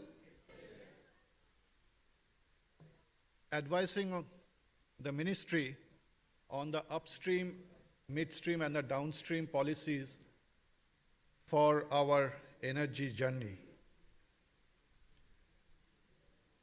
I am delighted to see that this hall is filled with the energy of achievement, ambition, and boundless potential. You, the graduates, are the shining stars of this moment, and today I just don't see a group of students ready to step into the world, but I see them as entrepreneurs, innovators, and leaders who will be shaping the future of energy, technology, and progress in our country. Let me tell you something, that those of you who are graduating today are at the most exciting time in India's energy journey. Every great story begins with a spark of discovery, and I want to share with you a story, one that mirrors your own journey. In the upstream oil and gas industry, we begin with exploration. Exploration is the key to any future discoveries, marketing, refining, everything. बच्चों, मैं आपके लिए एक चीज़ बोलना चाहता हूँ, जब आप गाड़ी में बैठते हैं या जब आप गाड़ी में सैर करते हैं, आप पेट्रोल पंप में जाते हैं, and you see how the petrol or diesel is filled. But have you ever wondered कि एक ड्रॉप ऑफ पेट्रोलियम को लाने के लिए कितनी एफर्ट्स जाती है, किस डेप्थ से वो क्रूड ऑयल नीचे से आता है ऊपर में? जस्ट आप लोग कभी सोचिएगा, because the petroleum industry is very very capital intensive and probabilistic in nature. When I say the input is deterministic but the output is probabilistic, that means there is no scientific method, no direct method of hydrocarbon exploration or extraction. No method can tell you with certainty that if you are going to drill here, you are going to strike oil and gas. So there is a huge amount of risk which is inherent in this industry. We search relentlessly, we dive into the unknowns, and we dig deep to find resources that will power the world. But exploration is not easy. There are no guarantees, only hope, data, and sheer determination. You just reflect back. When you walked into this campus 4 years back, you had an uncertainty of your future, armed with only curiosity and ambition. You did not know exactly where your journey would lead to. But now, after spending long hours in the laboratories, relentless problem solving, sleepless nights before exams, you have unearthed something remarkable, the raw potential within ourselves. But in oil and gas industry, or for that matter in any industry, finding the resource is only the beginning. To extract value, we must overcome some challenges: intense pressures, harsh environments, unpredictable outcomes. And that is not easy. Every late night coding session, every failed experience, experiments, every group project that pushed you to your limits, those were your pressure points. And just as hydrocarbons are brought to the surface against impossible odds, you emerge stronger, smarter, and more determined. You did not just survive the process, you thrived in it. Friends, since I am coming from Ministry of Petroleum and Natural Gas, Government of India, let me share some perspectives for the benefit of the House. You know, India is a very, very energy deficient country, and currently India imports to the tune of around 89%, mark my words, 89% of crude oil and around 50% of natural gas. You just saw Honorable Minister Sri Hardeep Singh Puri ji saying, if India has to become a developed nation by 2047, and we are all in this Amrit Kal, energy is going to be the critical element. Energy and economy go hand in hand.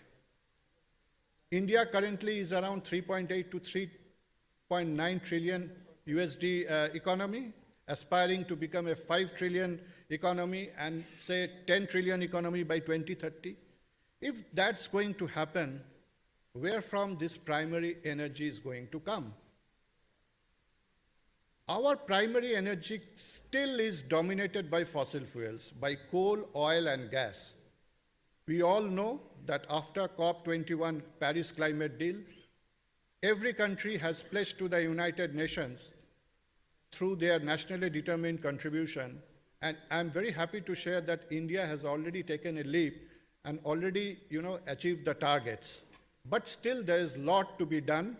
By 2030, India aspires to become a gas-based economy, wherein around 500 gigawatt of electricity is going to be generated from non-fossil fuels. So towards this journey, there is you must have heard the term as energy trilemma. What is it? It means because India is a developing nation, aspiring to become a developed nation, there are three critical components which we define as the three vertices of a triangle known as energy trilemma. That is, energy should be available to everyone, energy should be affordable to everyone, and it should be environmentally sustainable. Now, here is the trilemma. If we have to have more energy, you also have to safeguard the environment. We are already in the energy transition. Energy transition is taking place. There is a pressure from the global north or from the developed nations, the advanced economies, to cut down oil and fossil fuels. But for India, I can tell you that whatever our planning, Niti Aayog, which is the planning body of the government of India, through different models have predicted that the relevance of oil and gas is going to remain up to 2047. So if we have another, say, 24, 25 years, 2.5 decades, wherein oil and gas and coal is going to be there, you as engineering graduates from whatever sciences you are from computer science, whether you are from chemical engineering, whether you are from electronics engineering or from petroleum engineering, you are not in that engineering discipline anymore. Believe it in mind. You are in that knowledge engineering. Knowledge engineering means it has to be an interdependence, it has to be a mingling of the different engineering sciences now. Time is now ripe wherein an electronics engineer has to sit with the petroleum engineer, who has to sit with the chemical engineer in order to derive as the customized solutions. That is why Government of India now is trying to bring all the ministries. A lot of interactions have taken place, with the Ministry of Mines, with Ministry of Coal, with Ministry of Petroleum and Natural Gas, Ministry of Environment and Forest and Climate Change, because they have to work together in order to achieve goals. Now, in order to have the sustainable exploration, there could be 2-3 things, which I just want to mention here. I have, I think, only 20 minutes allotted to me. I'll try to confine myself within those. I have only 10 minutes now. Now, the sustainable exploration. When I say sustainable exploration, India is a very, very, it contains less than 1% of the global oil reserves. Less than 1% of the global oil reserves is currently in India. But our sedimentary basins, which are 26 in number, are very poorly explored. We have only 10% of the total sedimentary basins available for exploration, where currently exploration is going on for oil and gas. So there is a plethora of opportunities, plethora of hope that these basins also could hold a lot of oil and gas along with other minerals also. The country has now released the no-go zones. Till 2022, India's exclusive economic zone, which extends up to 200 nautical miles, was not allowed for any oil and gas or mineral exploration. Government at the highest level, because of certain defense and restrictions by defense agencies, Department of Space and all, but that has been now released. There is no-go zone. It's time now for the countries which are operating in India, for E&P operators, and for the global IOCs to come into India, step into the Indian waters, and explore the potential to the maximum of this oil and gas along with other minerals. There is a term called blue economy, so government is also pushing hard to harness the mineral resources from this Indian Ocean and Bay of Bengal and in the Arabian Sea. And a lot of new seismic data has been acquired up to the 200 nautical miles only during the last 2 years. A lot of transformative policies government has brought out, wherein to bring more investments into the country. One thing you must bear in mind, eventually by 2070, if India has to become net zero, then there will be an increase in space of the renewables. There's no doubt about it. But gradually, the dependence on coal, the dependence of oil is going to plateau and then decline after 2040, 2050. It is high time for India now to go with its all might to explore all mineral resources, because we only have 2 to 3 decades. I think therein comes the role of all graduating students. You have to be very, very innovative. You have, your job cut out. You just heard Honorable Minister saying that. I just want to reiterate one or two things, that what could be the strategy which is going to be there in the next from a government perspective and from the PSU perspective and also from the academia. We need more aggressive exploration for oil and gas, because oil and gas is going to be critical. I tell you again, I reiterate that, it's going to be critical. If you see the economies, if you see the global, if you have seen the economies, the countries which have got more oil and gas, though there are exceptions, they are, more advanced compared to the developing economies. We need to have exploration for the deeper plays in the offshore basins, and which will align our exploration objectives with India's climate goals. I mentioned about the energy trilemma. That is the major, trilemma which we are all faced with: how to balance the energy, how to balance economy, along with environmental sustainability. Friends, there is more to this energy trilemma also. People are talking, governments are talking, the big leadership forums, there is now being talked that energy trilemma is not just sufficient. There's a term now called energy quadrilemma, and even some people have advocated for energy pentalemma, wherein all the stakeholders of the country, there has to be an environmental justice along with a social responsibility also. We cannot ignore the stakeholders. We cannot ignore our people. They have to be brought into the loop. So all these aspects are now being looked into. A holistic, development scenario is being developed at the Niti Aayog in consultation with all the ministries. And this is going to be the next energy revolution. The next energy, you all have heard about green revolution.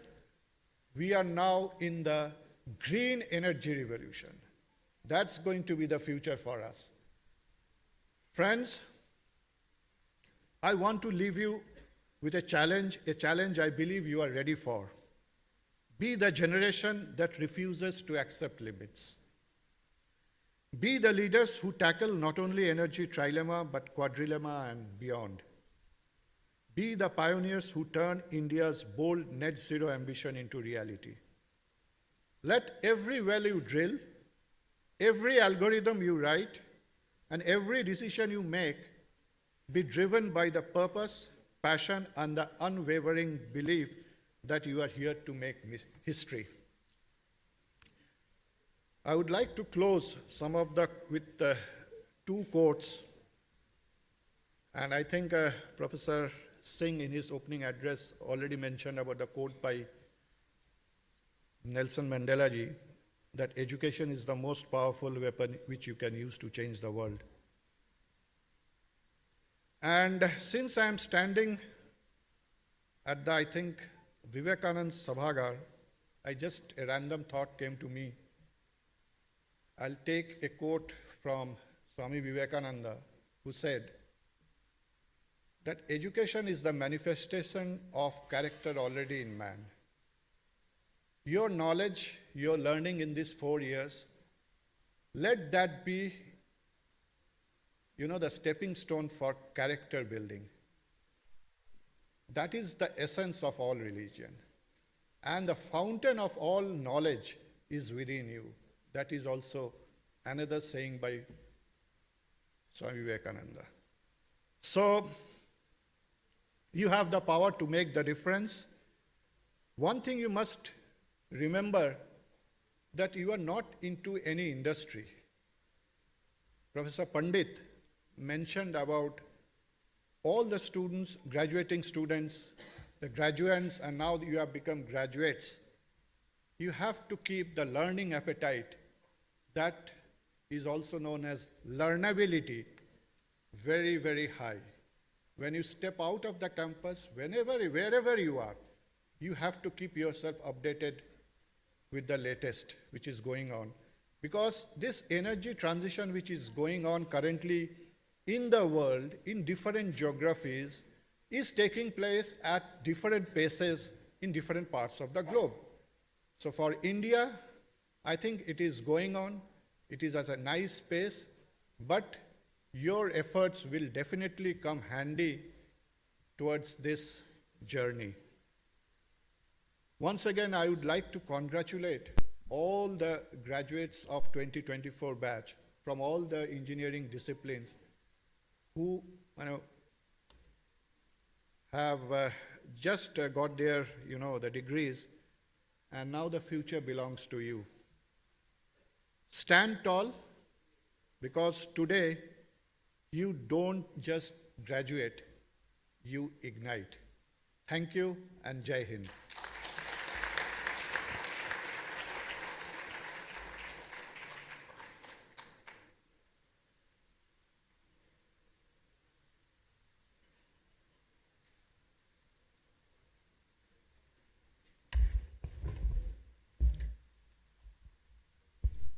As we are celebrating the spirit of Trinity that combines hard work of our students, commitment of our faculty colleagues, and unwavering support of parents of our graduating students, it is my absolute honor to introduce you our chief guest for today's function.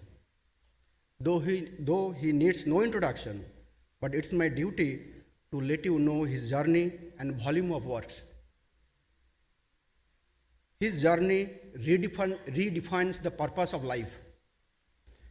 He is a renowned academician, prolific researcher, and visionary leader.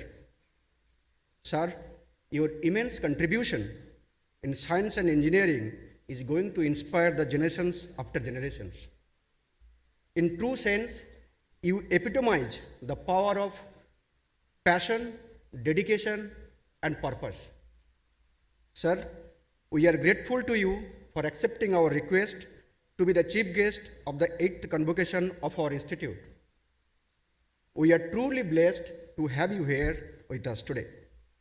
Your presence adds immeasurable value to this august gathering.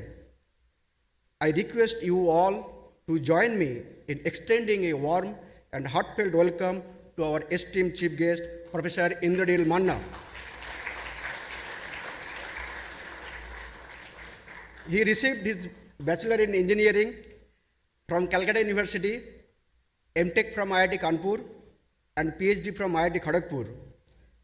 Very short span of time, he rose to the position of full professor at IIT Kharagpur.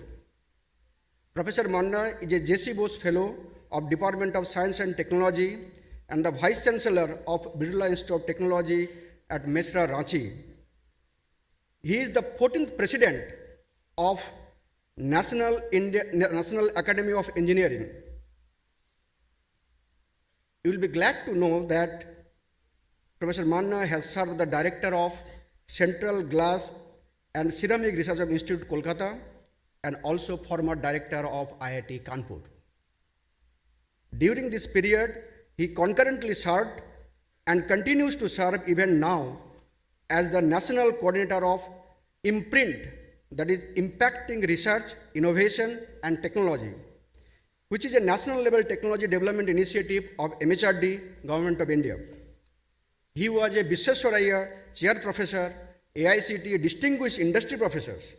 He played an active role in several other MHRD initiatives like Uchchatar Avishkar Yojana, promotion of academic and research collaboration, that is SPARC, Unnat Bharat Abhiyan, Rashtriya Avishkar Abhiyan, Pandit Madan Mohan Malviya National Mission on Teachers and Teaching, most importantly Namami Gange, and others.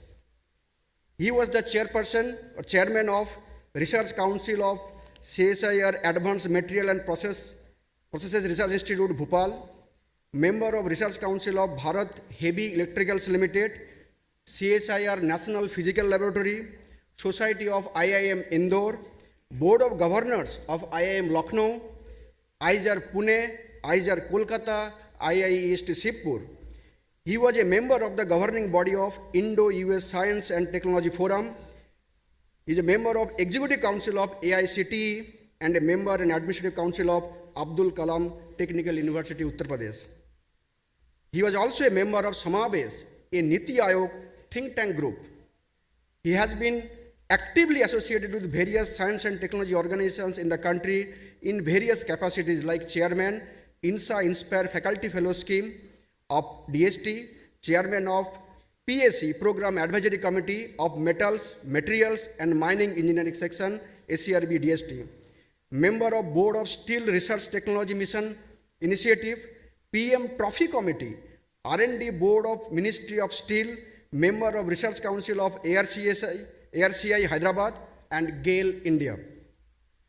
He is the currently chairman of Research Council of CSIR NML Jamshedpur. He was an active member of Committee of Science and Technology Innovation Policy, that is often known STIP of India, and chaired Surface Engineering Group under Advanced Manufacturing Forum of Vaishvik Bharatiya Vaigyanik, that is Vaibhav scheme, inaugurated by Honorable Prime Minister of India. He is the member of Academic Council of number of academic institute, KIIT at Bhubaneswar, Bhumi Bhava National Institute of Department of Atomic Energy, and Ramakrishna Mission Vidya Mandir at Belur. Professor Manna is an accomplished teacher and also a caring mentor. He taught several courses such as physical metallurgy, phase transformations, material characterization and surface engineering. Despite his administrative commitments as a director, he used to teach regularly and introduce courses on surface engineering. Even now at BIT Mesra, he continues to teach courses for young students. He has developed several new research laboratories, facilities like plasma ion implantation coating unit, mechanical alloying laboratory, wear and erosion testing laboratory, electron beam joining facility, pulse laser depositions and FESM laboratory, nanofluid synthesis and characterization laboratory, list goes on. He is a celebrated researcher for his pioneering works on microstructure property correlations and modeling in structural and functional materials, including additive manufacturing nanomaterials, high entropy alloys, laser plasma assisted surface engineering, nanoferrofluid and bioelectric steel. He has authored over 400 journal publications, supervised 30 PhD theses and conducted more than 40 research projects and holds several patents to its credit. He visited as a guest scientist in different renowned institutions such as Max Planck, Technical University, Unipress, Liverpool University, Nanyang Technical University and University of ULM. He was elected a fellow of all the national academies in India.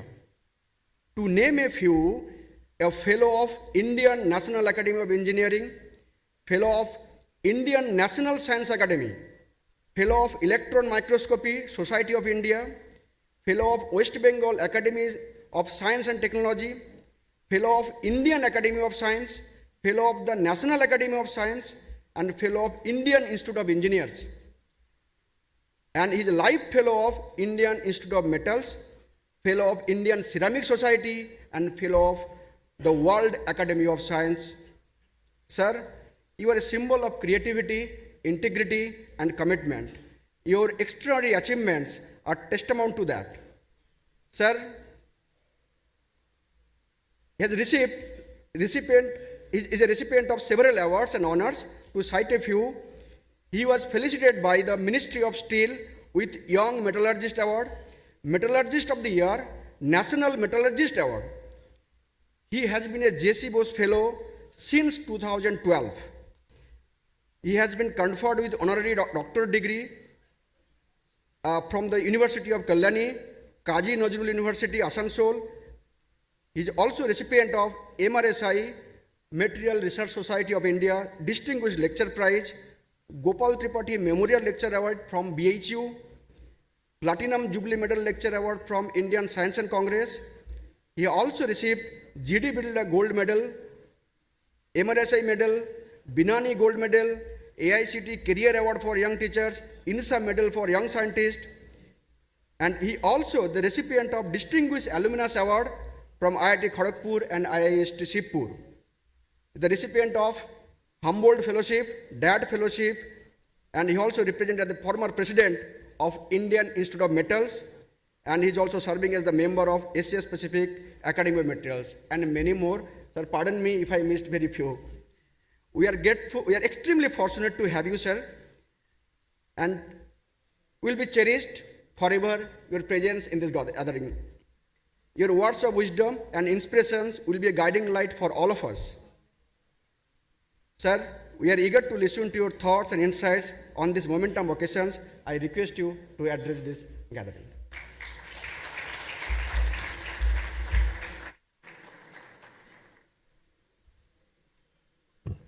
Thank you very much, Professor Panda. Professor Pandit, I want to make sure one thing, that this time taken by Professor Panda is not included in my speech.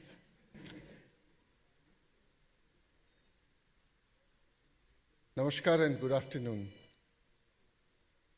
Professor Pandit, the President of the Board of Governors, Professor Alok Singh, Director of RGIPT,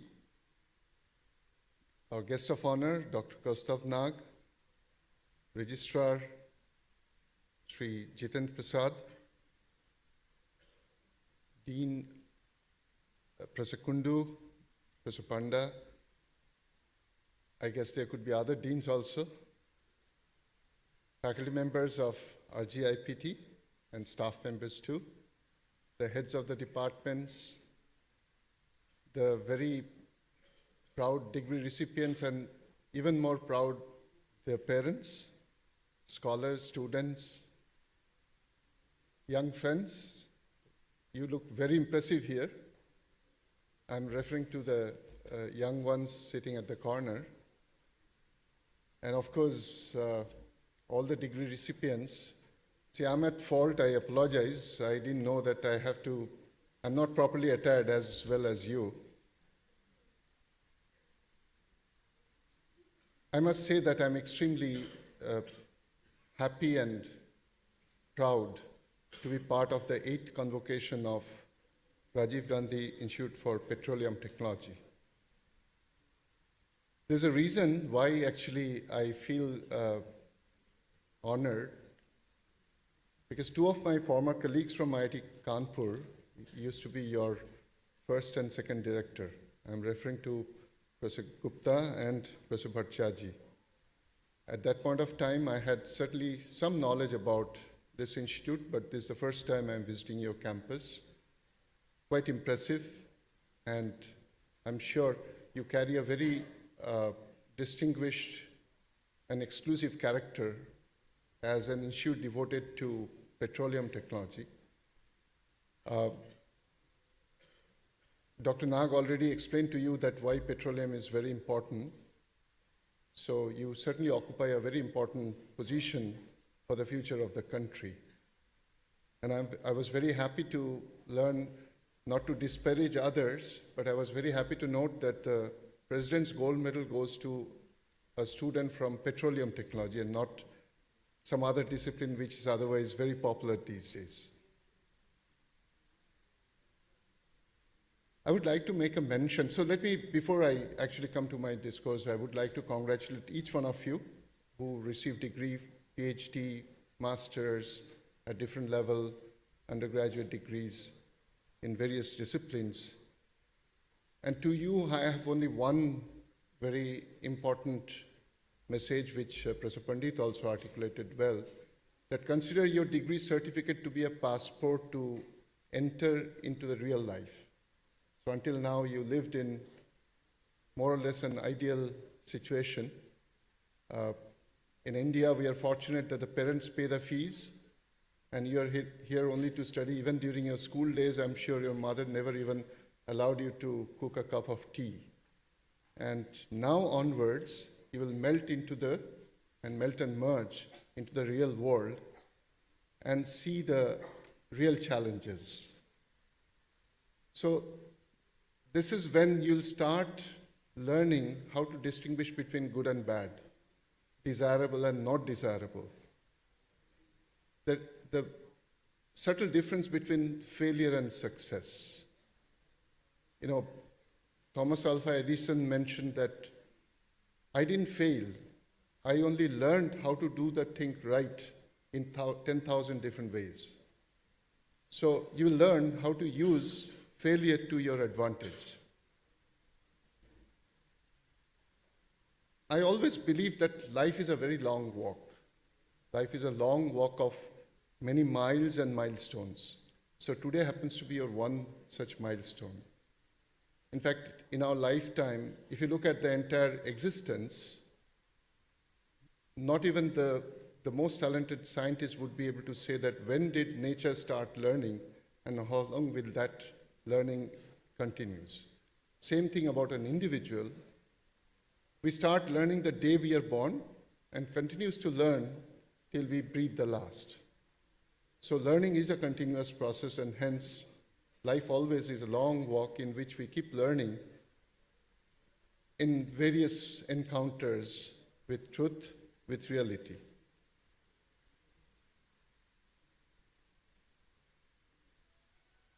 When you approach a challenging situation, many times we use the word scientific solution.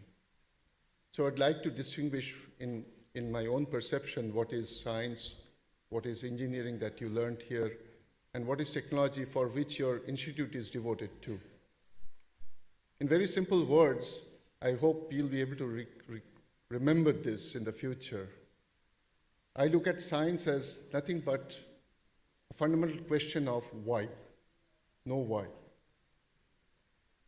I mean, you may start asking as to why we have a day and night, why do we have seasons of summer and winter. So when you ask a fundamental question as to why, and you get an answer to that, which is not known as yet, then you have discovered something new. We are all aware of the Nobel Prize. Engineers don't get Nobel Prize. It's meant for the scientists. Why is it so? But the world today is served to a large extent by the ones who provide solutions. But yet Nobel Prize is awarded only to the ones who address the fundamental question of why. This is primarily because these fundamental discoveries happen once in a blue moon, but that changes the paradigm. For example, nobody has ever seen whether an apple actually fell on Newton's head. But the law of gravity defined the future generations of anybody who ever tried to fly or defy the gravity. So after Newton, Da Vinci made a sketch of the aircraft, flying machine. He called it flying machine actually. It's very natural, no? We as human beings, we see birds flying. So any child or even a matured person might ask as to why can I not also fly? So Da Vinci drew the sketch of a flying machine. And that, it took 300 years more. So from 17th century of Newton until the beginning of the 21st century, when the Wright brothers first were successful in making a successful flight for just about 18 minutes. So that was the first man-made machine which flew for a certain period of time. Today you fly from New Delhi to New York or Melbourne in flat 12, 13, 14 hours. So it takes decades, it takes more than that to perfect a technology. But technology is never perfect. And that's because when you start translating the know why to know how, which is engineering, and eventually reach the stage know what sells in the market, that's technology. This is a continuous journey and never ending. It's never ending because the cell phone all of us carry today, we tend to believe this cell phone 15 or 16 is the ultimate. Within 6 months, they roll out another 17 or 18. And this purely happens because if you consider science, engineering, and technology making a triad, society sits in the middle at the centroid. And society always demands cheaper, faster, widely available, environment-friendly, ethical, and so on and so forth. So we always would like to buy, when we go to a store, something which is the best at the cheapest price, and so on and so forth. So this is how we, the society, the members of the society, drive technology which borrows from engineering inventions, which in turn is based on the fundamentals of science, which is know why. So this journey of know why to know how to know what sells is actually a continuous and never-ending process. So it gives you an impression as if I'm saying that always science to engineering to technology, that's the road, that's the pathway. Not always. Einstein predicted existence of gravitational wave in 1916. It took the scientific world exactly 100 years to prove that gravitational wave does exist. 2016, 100 years. How? Through the technological intervention. LIGO, Laser Interferometer Gravitational Wave Observatory. It's a massive engineering exercise, extremely massive. Similarly, in solid state, we often talk about certain phase transformations. For example, we all know the aluminum alloys is a wonder material because it's so light, and 70% of the dead weight of aircrafts even today is made out of aluminum alloys because it's light and at the same time gives high strength. So this is because of a particular phenomenon called GP zones, Guinea-Preston zones. Guinea and Preston predicted the existence of such coherent phases in 1929. 1929, 1930, around that period. The scientific world waited for 30 years or more till the time the electron microscopes came into being to actually prove that GP zones do exist. So technology at times actually proves science right, or technology comes in handy to prove that what Einstein predicted was right, what Guinea and Preston said was also right. So it's actually a continuous cycle. You as graduate engineers, you actually are going to pursue, first define where are the challenges. When you join a graduate engineers in a PSU, obviously you'll be mostly driven by your superior, but you will always be wondering as to, because you have the intellectual capacity, that for example, the extraction process today is working at 10%, let's say, efficiency. If you can make it 12%, think of, we were talking about energy, solar power. The photovoltaics today, worldwide, work somewhere around 25 to 28% efficiency. That's the maximum that you can achieve. Think of adding 2% more efficiency to that. The equivalence in terms of economic benefit is billions of dollars. So as engineer, you are trained first to define the problem and then approach scientifically and find a solution. And when you find a solution or when you pursue a solution, always remember that no engineering or technological solution can ever be unique. For example, you look at the car standing outside. Maybe somebody would have paid maybe tens of lakhs or maybe crore. Is there a guarantee, like I was also talking about the cell phone or the television set? Can anybody say that the car can be designed only in this way and no other way?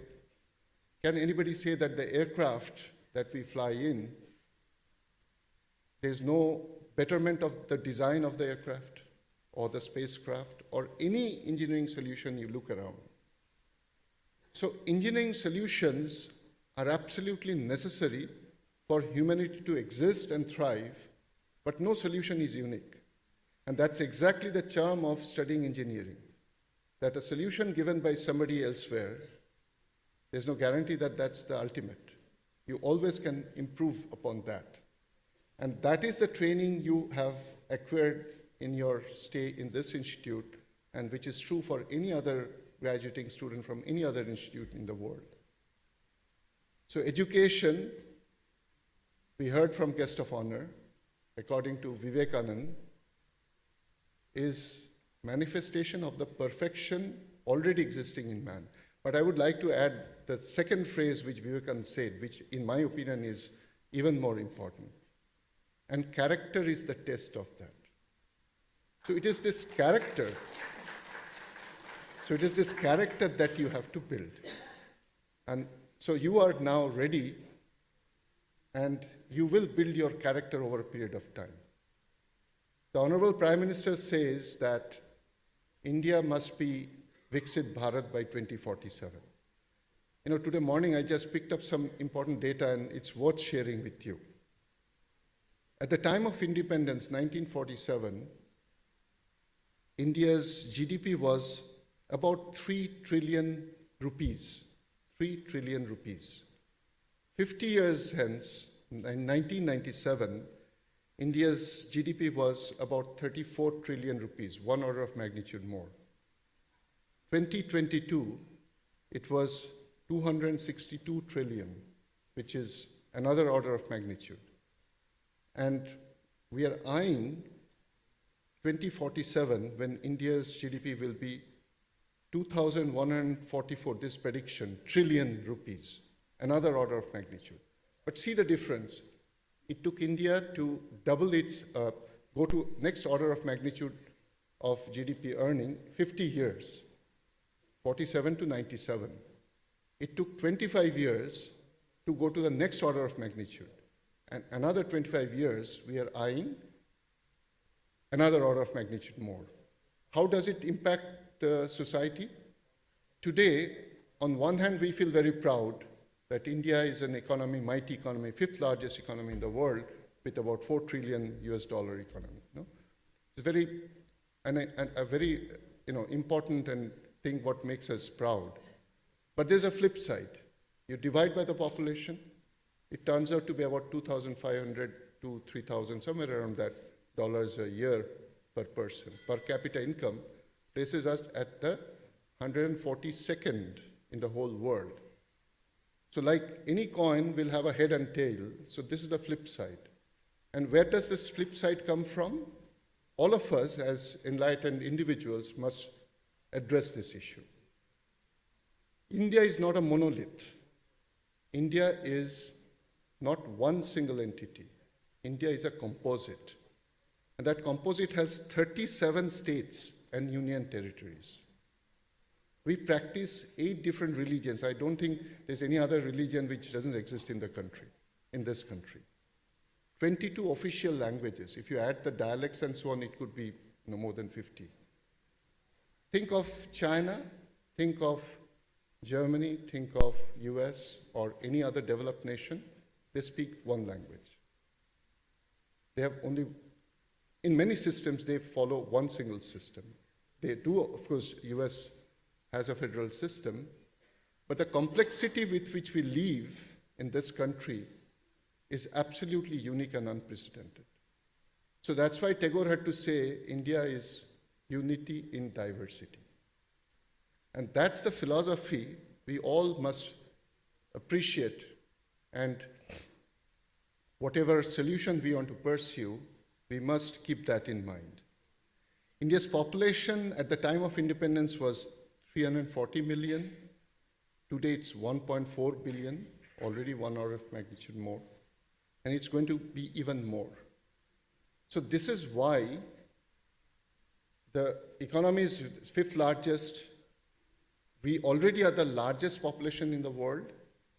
But the more important issue here is we also are the youngest population of the world. So that the economists say as demographic dividend. So demographic dividend, if that has to be harnessed to the benefit of the country and to realize the dream of the Honorable Prime Minister, then there is no other go than education. So this is where again Vivekananda comes back. And this is where we must also realize that it should not be just a piece of paper. It should not be another degree in your biodata. It should be an empowerment to change the world. In the words of Mahatma, be that change that you want to see around you. You want to see traveling between Lucknow and J's to be cut down by half? How can you increase rapid transport? How can you implement traffic rules or traffic discipline and design the habitat around so that the one needs to travel, the travel time gets halved? When you think of the infrastructure of the country, that's one of the major aspiration, For example, we talk of energy time and again, this is very important that, India today requires about 450 gigawatt hour of electricity. It used to be 2/3. Now, fortunately, it's little less than 60% dependent on fossil fuel. So this is why petroleum technology, or for that matter, coal and other things are so important. It used to be even higher. So our hopeless dependence on fossil fuel reserves is now gradually decreasing because 42% of India's energy production now is through renewable. And over 50% of that, that's a big news, is soon going to be solar. It is largely hydro and to some extent wind, but India has invested a lot and we are going to have much more contribution coming from photovoltaics. India didn't have a major fabrication facility for semiconductors. You would have heard that the Tata Group is now engaged in establishing major semiconductor facilities in the country, not just in Mumbai, but also in Bangalore and Assam. So that certainly is going to change the scenario of the country. But think of another puzzle. We tend to believe that India is large population, we must be using a lot of energy. Energy consumption per capita in India is 22% of the world average. I'm not comparing with Sweden or US or Russia. I'm saying if the world average is X, India consumes 0.2x per capita. So we would like to go to a better level. Everybody, when we talk of Human Development Index, you all are aware that it's based on 3 parameters primarily: the health, education, and amenity of life.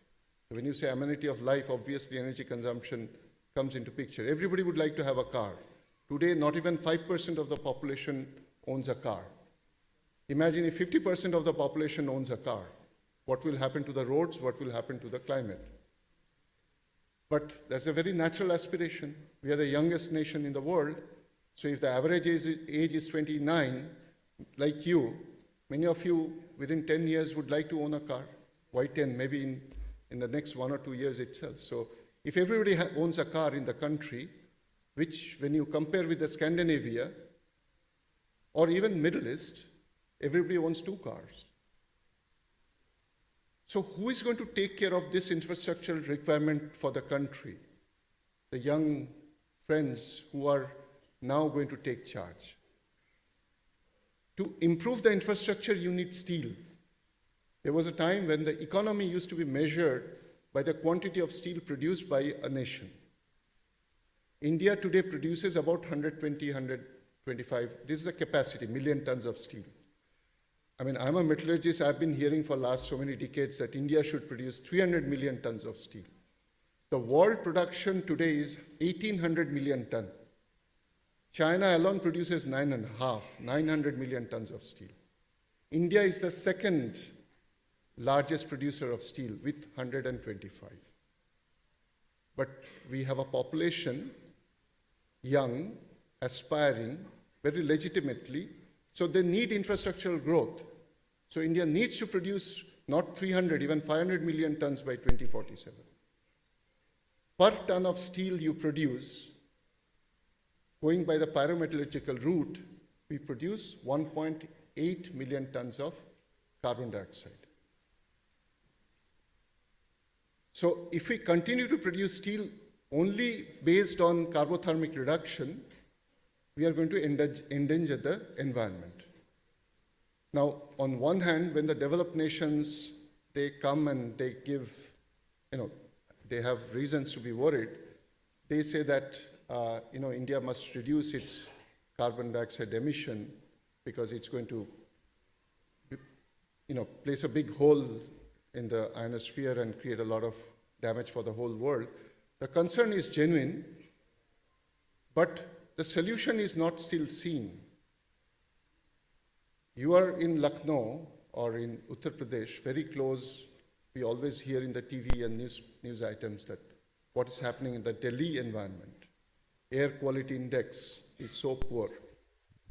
In fact, I always blame my former colleague from IIT Kanpur, who actually is the principal author of this AQI. I said, Mukesh, you actually gave all the fodder to these newspaper wallahs. The question is, where is the solution? You go to the farmer, you ask him, you preach him, you don't burn this hay after the crops. The farmer will say, give me a solution. What do I do with this hay after the harvesting? The same thing. You ask a young man in India and try and advise that don't run a motor car. You use public transport. He said, no, this is most convenient to me. Then he says, no, go for EV. Now you ask in return that I don't have enough rare earth elements in the country. If you want to run EV, you require these rare earth elements, neodymium or praseodymium and so on. India doesn't have so much of that. So I need those elements to produce the rare earth-based magnets, neodymium iron boron. Will the countries who are sitting on millions of tons of rare earth will give that to you, not even rare earth, even the technology, will that share with you very easily or cheaply? No. Strategically, they won't. India has rare earth in the monazite sands of Kerala. The concentration is 0.06 to 0.2 or 3%. So you take 100 gram of sand, the content of the rare earth in that is less than 1%. But I must correct myself, it's not rare earth concentration, it's a rare earth oxide concentration. So now you extract rare earth from rare earth oxide. How much energy you need, how much efforts you need, what kind of technology you need, and so on. Not that the technology doesn't exist. Atomic energy has proven that we actually can extract, but we have to make it commercially viable. Now, this commercial viability is a very important lesson. I'm sure Professor Pandit would agree that this is where we scientists, we wear the hat as it suits us. When I go to a conference, I'm a scientist. When I go to a government agency to take sponsored project, I'm an engineer. And when I go to an industry, I promise technology. But I already defined before you what are the subtle differences. But what I didn't tell you, I must tell you now, that the same I actually can be a scientist, engineer, or a technologist in the same day, sitting in the same place, only by the way I'm thinking. So that's a very important lesson of life, that how we actually can make use of the knowledge that we have acquired through our BTech or MTech or PhD for a useful solution, and more importantly, make it commercially viable. This commercial viability is actually the last mile that always fails many of us who try to create a technology. And this is what we need to learn through our experiences. Now, when we compare ourselves with the major economies in the world who are technologically self-sufficient, this is the dream of the Prime Minister and the country, that we should be Atmanirbhar. In order to do that, it's not enough to know. It's actually important that we know how to use that to our benefit. So whether it is energy or electric vehicle or producing steel or taking care of the environment. If you consider the biggest challenge, if you make a list of the biggest challenges in front of the country, what stands between we today and 2047 Viksit Bharat, you may come up with a big list. Majority of the items will be of engineering nature.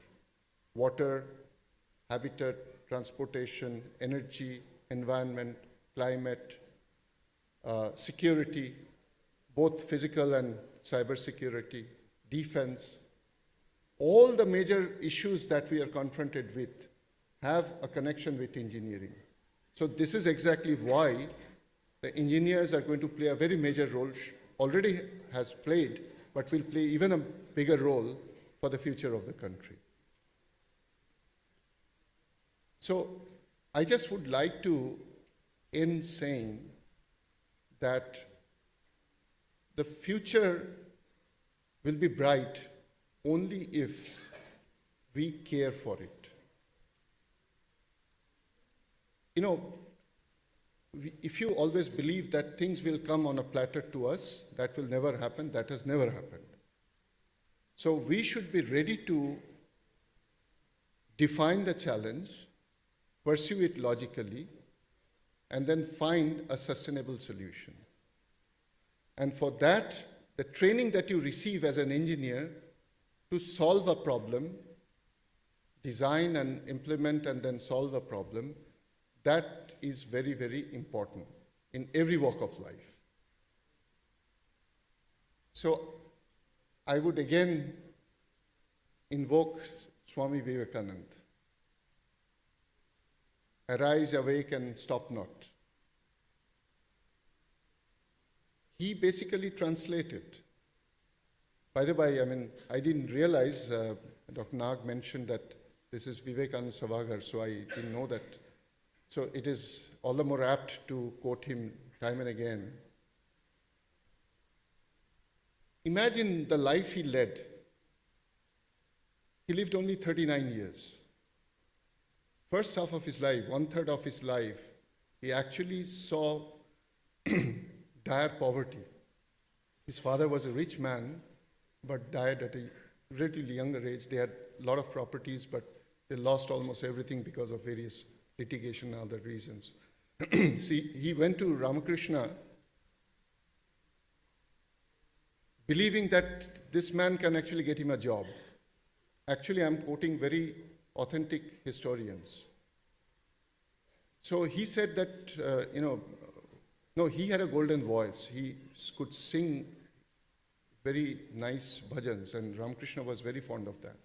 So Ramakrishna invited, and Vivekananda went to him and sang. And then he found that Ramakrishna suddenly went into a trance, tears rolling out of his eyes. He said, "What happened to this old man?" So he woke up and then he said that, you are blessed, you have a golden voice. You can ask for anything and God will be so pleased to give you. Vivekananda said, "Give me a job." Ramakrishna directs him to go to Kali. He says, "Go and pray what you want and mother will give you." The story goes that he went thrice, not once. And what he sought was anything but a job. He prayed for knowledge, wisdom, and many other things. So, when Ramakrishna died, he lost his guru. Then he thought, I must know my country, because he wanted to make a change for the country. More than a monk, he was actually a social reformer. That's what I believe. So what did he do? He traveled from Calcutta all the way throughout the length and breadth of the country and ended up in, we all know, Vivekananda Rock in Kanyakumari. And the fishermen actually discovered that he is a man lying unconscious because he didn't have enough food. And when he traveled, he didn't carry a credit card. He didn't have sufficient money in the bank. And there was no sponsor for him who would, these days when we say somebody is going for an enterprise, a lot of sponsors, no sponsor. Barefoot, alone, one set of attire, only relying on God. So man lived only 39 years and made so much difference and impact that not only he is remembered even after almost 200 years of his birth, more than 150 years of his birth, but he is credited to be an Indian who has touched more number of lives than any other Indian in this country. Lived only 39 years. That's the life worth living. So, you would have read him, no? That he said that I'm looking for those young man who has many attributes, but he said finally, who believes in God, and that God is not really what we always portray or see as an idol, basically your conscience. That's your reflection. So we should not do anything at all or even contemplate which will make me feel embarrassed and ashamed in the future. On the other hand, we should only try and do something which will make not only me proud, but all my successors feel proud about me. I think that's the life we should all aspire to live. Thank you very much. Jai Hind.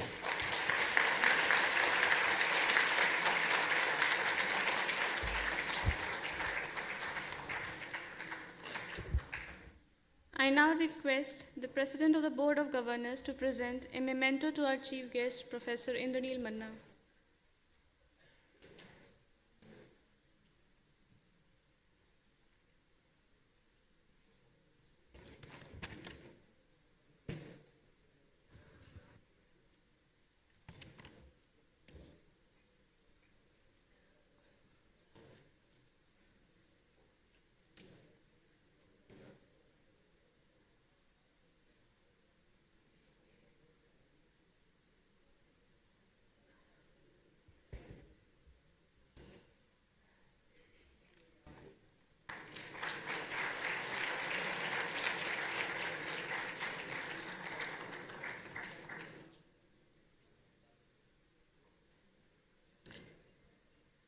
I invite our Honorable Director, Sir, to present a memento to our guest of honor, Dr. Kaustav Nag.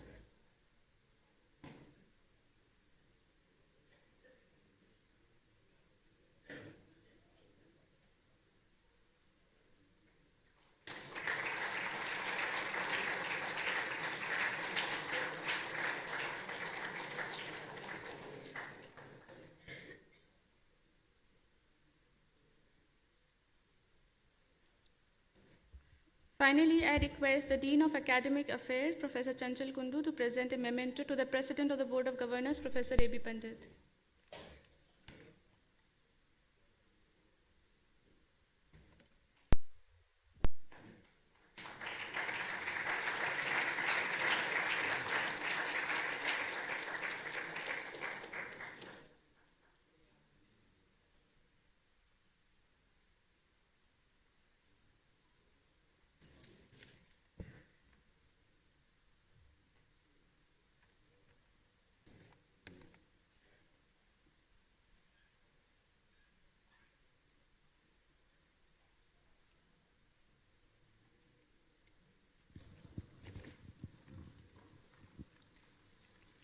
Having completed all the objectives of the 8th convocation, I declare this convocation of RGIPT dissolved.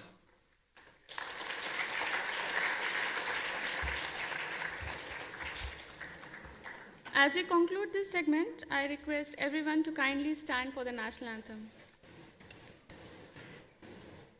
जनगण मन अधिनायक जय हे भारत भाग्य विधाता पंजाब सिंध गुजरात मराठा द्राविड उत्कल बंगा विंध्य हिमाचल यमुना गंगा उच्चल जलधि तरंगा तव शुभ नामे जागे तव शुभ आशीष मांगे गाहे तव जय गाथा गण मंगलदायक जय हे भारत भाग्य विधाता जय हे जय हे जय हे जय जय जय जय